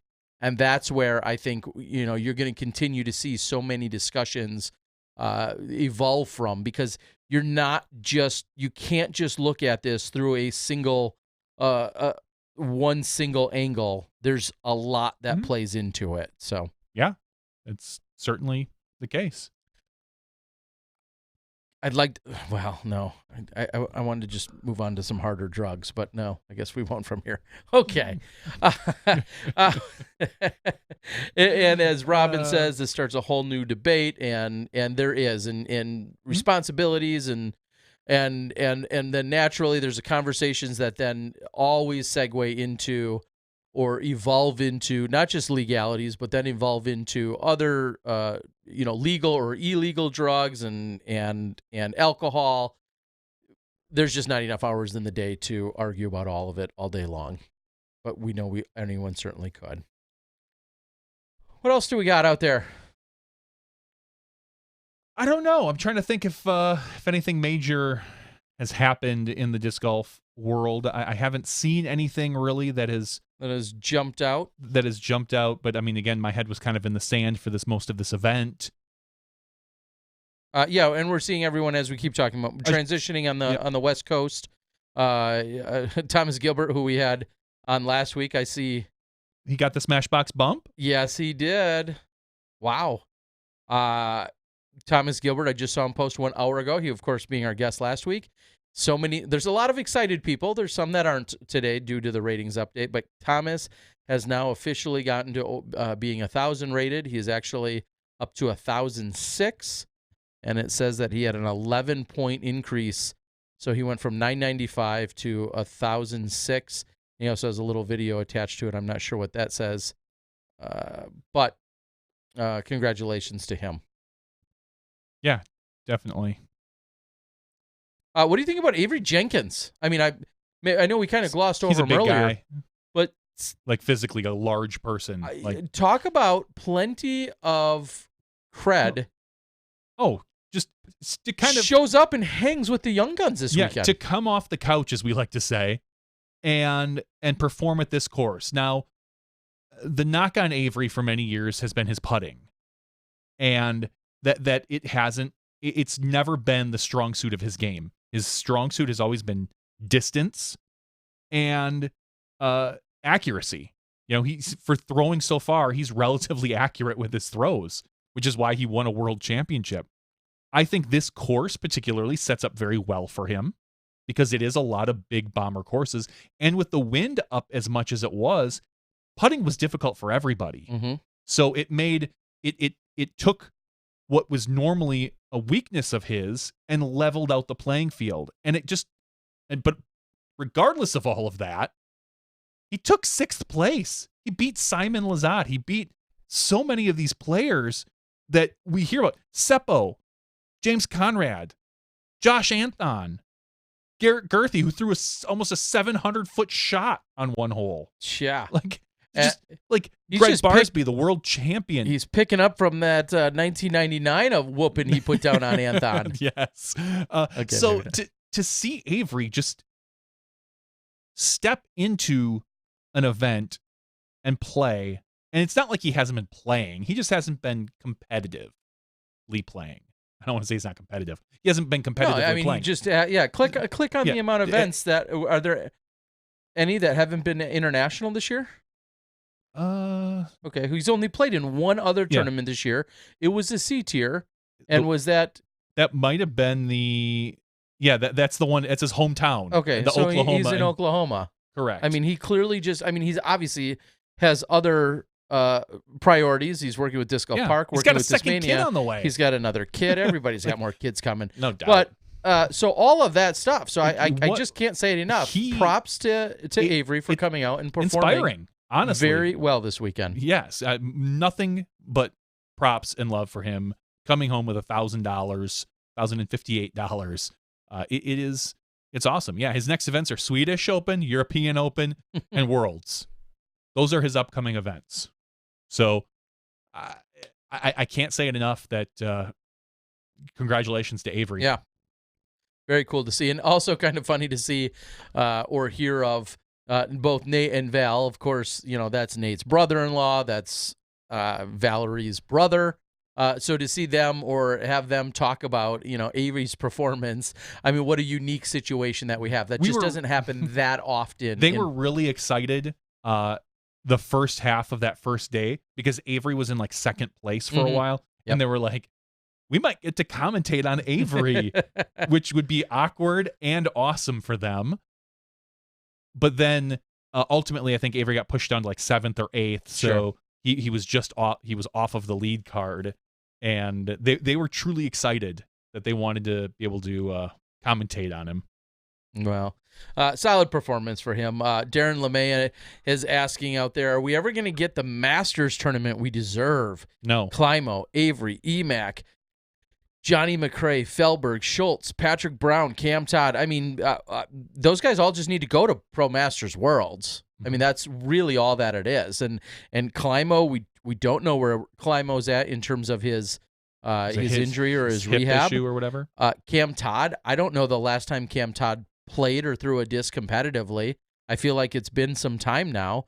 And yes, you would definitely want to throw Steve Rico into that mix as well, now that he just, as of a few months ago, became Masters age. It would be really cool to see all of those guys go out and play. And honestly, I think we're going to see, 6 out of the 8 probably at a Pro Masters Worlds this year, or possibly at a Tim Selinsky Masters U.S. Masters event. I don't know if Emac's playing or not. I haven't heard one or the other. Avery apparently is not playing because he's not registered, and he's still clearly competitive in Open, and he's kind of always had that I'm not going to play Masters mentality. So I don't know. And then it's pretty soon you're going to see some of these guys drop out of Masters into the GM into field? the GM field where they can clean up without a problem. I mean, I'm going to use Barry as an example, even though Barry literally shot 2 1070 rated rounds this weekend. That's adequate. Yeah. Why would Barry play Masters against some of the younger Master guns when he could go play Grandmasters and clean house and probably make $1,000 to $700 less but almost have no competition for his particular caliber in the Grandmasters. But I don't know. I would love to see a great one, but Well, I mean, again, some of these guys have injuries and some of these guys just simply aren't playing. But I think either U.S. Masters or Pro Worlds, Pro Masters Worlds, those are the two places where you're going to possibly assemble most of those guys to ever be all on the course at the same time competing against one another. That's your best bet. And unfortunately, I just don't think we're going to see that out of Ken Climo just yet. No, not so hot take. I don't know if we ever see Climo compete really again. Yeah, That Like, is absolutely a possibility at it this just point. seems like he can't get healthy enough for real competition. Not to say he's not going to maybe play an occasional like 1-day B tier, or maybe a 2-day event where he goes 1-1 locally. I don't think we're going to see him back on those big stages anymore. Yeah, he can't seem to get healthy enough, and I hope I'm wrong. I really do, because Climb was fun to watch, but yeah. A shot this weekend particularly reminded me of Climo when I believe it was Kelvin was on one of the par fives or the bigger par fours. He was stuck behind some trees and he threw up a horseshoe putt. It was awesome. And suddenly, like, I mean, the result wasn't awesome, but he threw up a perfect horseshoe putt that hit the band, got up and rolled back down like 30 feet because it was on a mound. Spoiler, bro. In general, I'm fairly certain it was Calvin. But I saw it come out of his hands like, oh my God, he threw a horseshoe. I haven't seen someone throw one of those really, maybe one or two in competition in the last 20 years. I remember, and the reason it made me think of Climo is because I remember at Worlds in Augusta. 2006? Yes. We saw him throw one. And it was, I don't know why he chose it. I don't know what the reasoning behind it was. But it was, he was like 35 or, I remember he's like maybe 35 out. And just out of nowhere came this horseshoe putt. And I was like, what? Well, he was just showing off at that point. Maybe. I don't know. But I remember it shocked me at the time, and I still have no idea why he did it. But he did it. He threw a horseshoe putt, and it was just fun to watch. Center Cut 9X says, out west, we call that a chicken wing? Oh, that's funny, because the chicken wing I always thought was kind of when, like, what Jerem chicken does, wing where you is a throw completely different, like, motion where you come out, back, and behind, and you throw it that way. I can't. A horseshoe is always to me like almost like an underhand. Yeah, an underhand shuttle putt. Yeah, like you're like shoveling it or something. Yeah, or something of that nature. Huh. Well, lots of different things. That was Kelvin, hole 5, round 2, hit the band, looked great. His comeback was just as far and canned it. Yeah, I remember he hit the band. I couldn't remember what hole. I knew it was on the mound. They played down the hill, but all those holes start to run together to me after you see him 3 times over and over and over. I never think of hole numbers. All right, guys. Well, I think we can wrap things up unless Johnny has something, which I don't think he does. We can start to call it here.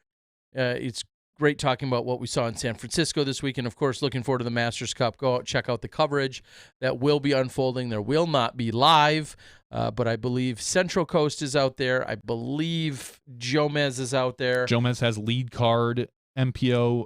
Central Coast has lead card FPO. PSP, I believe, is out there as well somewhere. Okay, well, there you have it. And then the journey continues west, or I should say just straight north from there, as then we head up to Portland the weekend after that. And then we're still in Portland 2 weeks later for the Beaver State Fling. So lots of great golf. In between there, if you're on the women's side and you're not in Washington for the women's only event that Chris and El Guapo Baskets is putting on, I think you're missing out. They may even be sold out now, but I know they have a great women's event, the La Nina Open. So make sure you check that out and that week that's in between them. So for Johnny V and Terry Miller, the disc golf guy, we appreciate you guys joining us here tonight. This has been Podcast 247's After Show. We love all of our Smashies. We love the ones that Super Chat even more, along with our Patreon subscribers. You guys are truly our favorite. If you don't think that you should tell kids who your favorite are, you're wrong, because the ones that support us financially are our favorite. I'll put it out there. Love you guys, all of you. We'll see you next week when you step inside the Smashbox.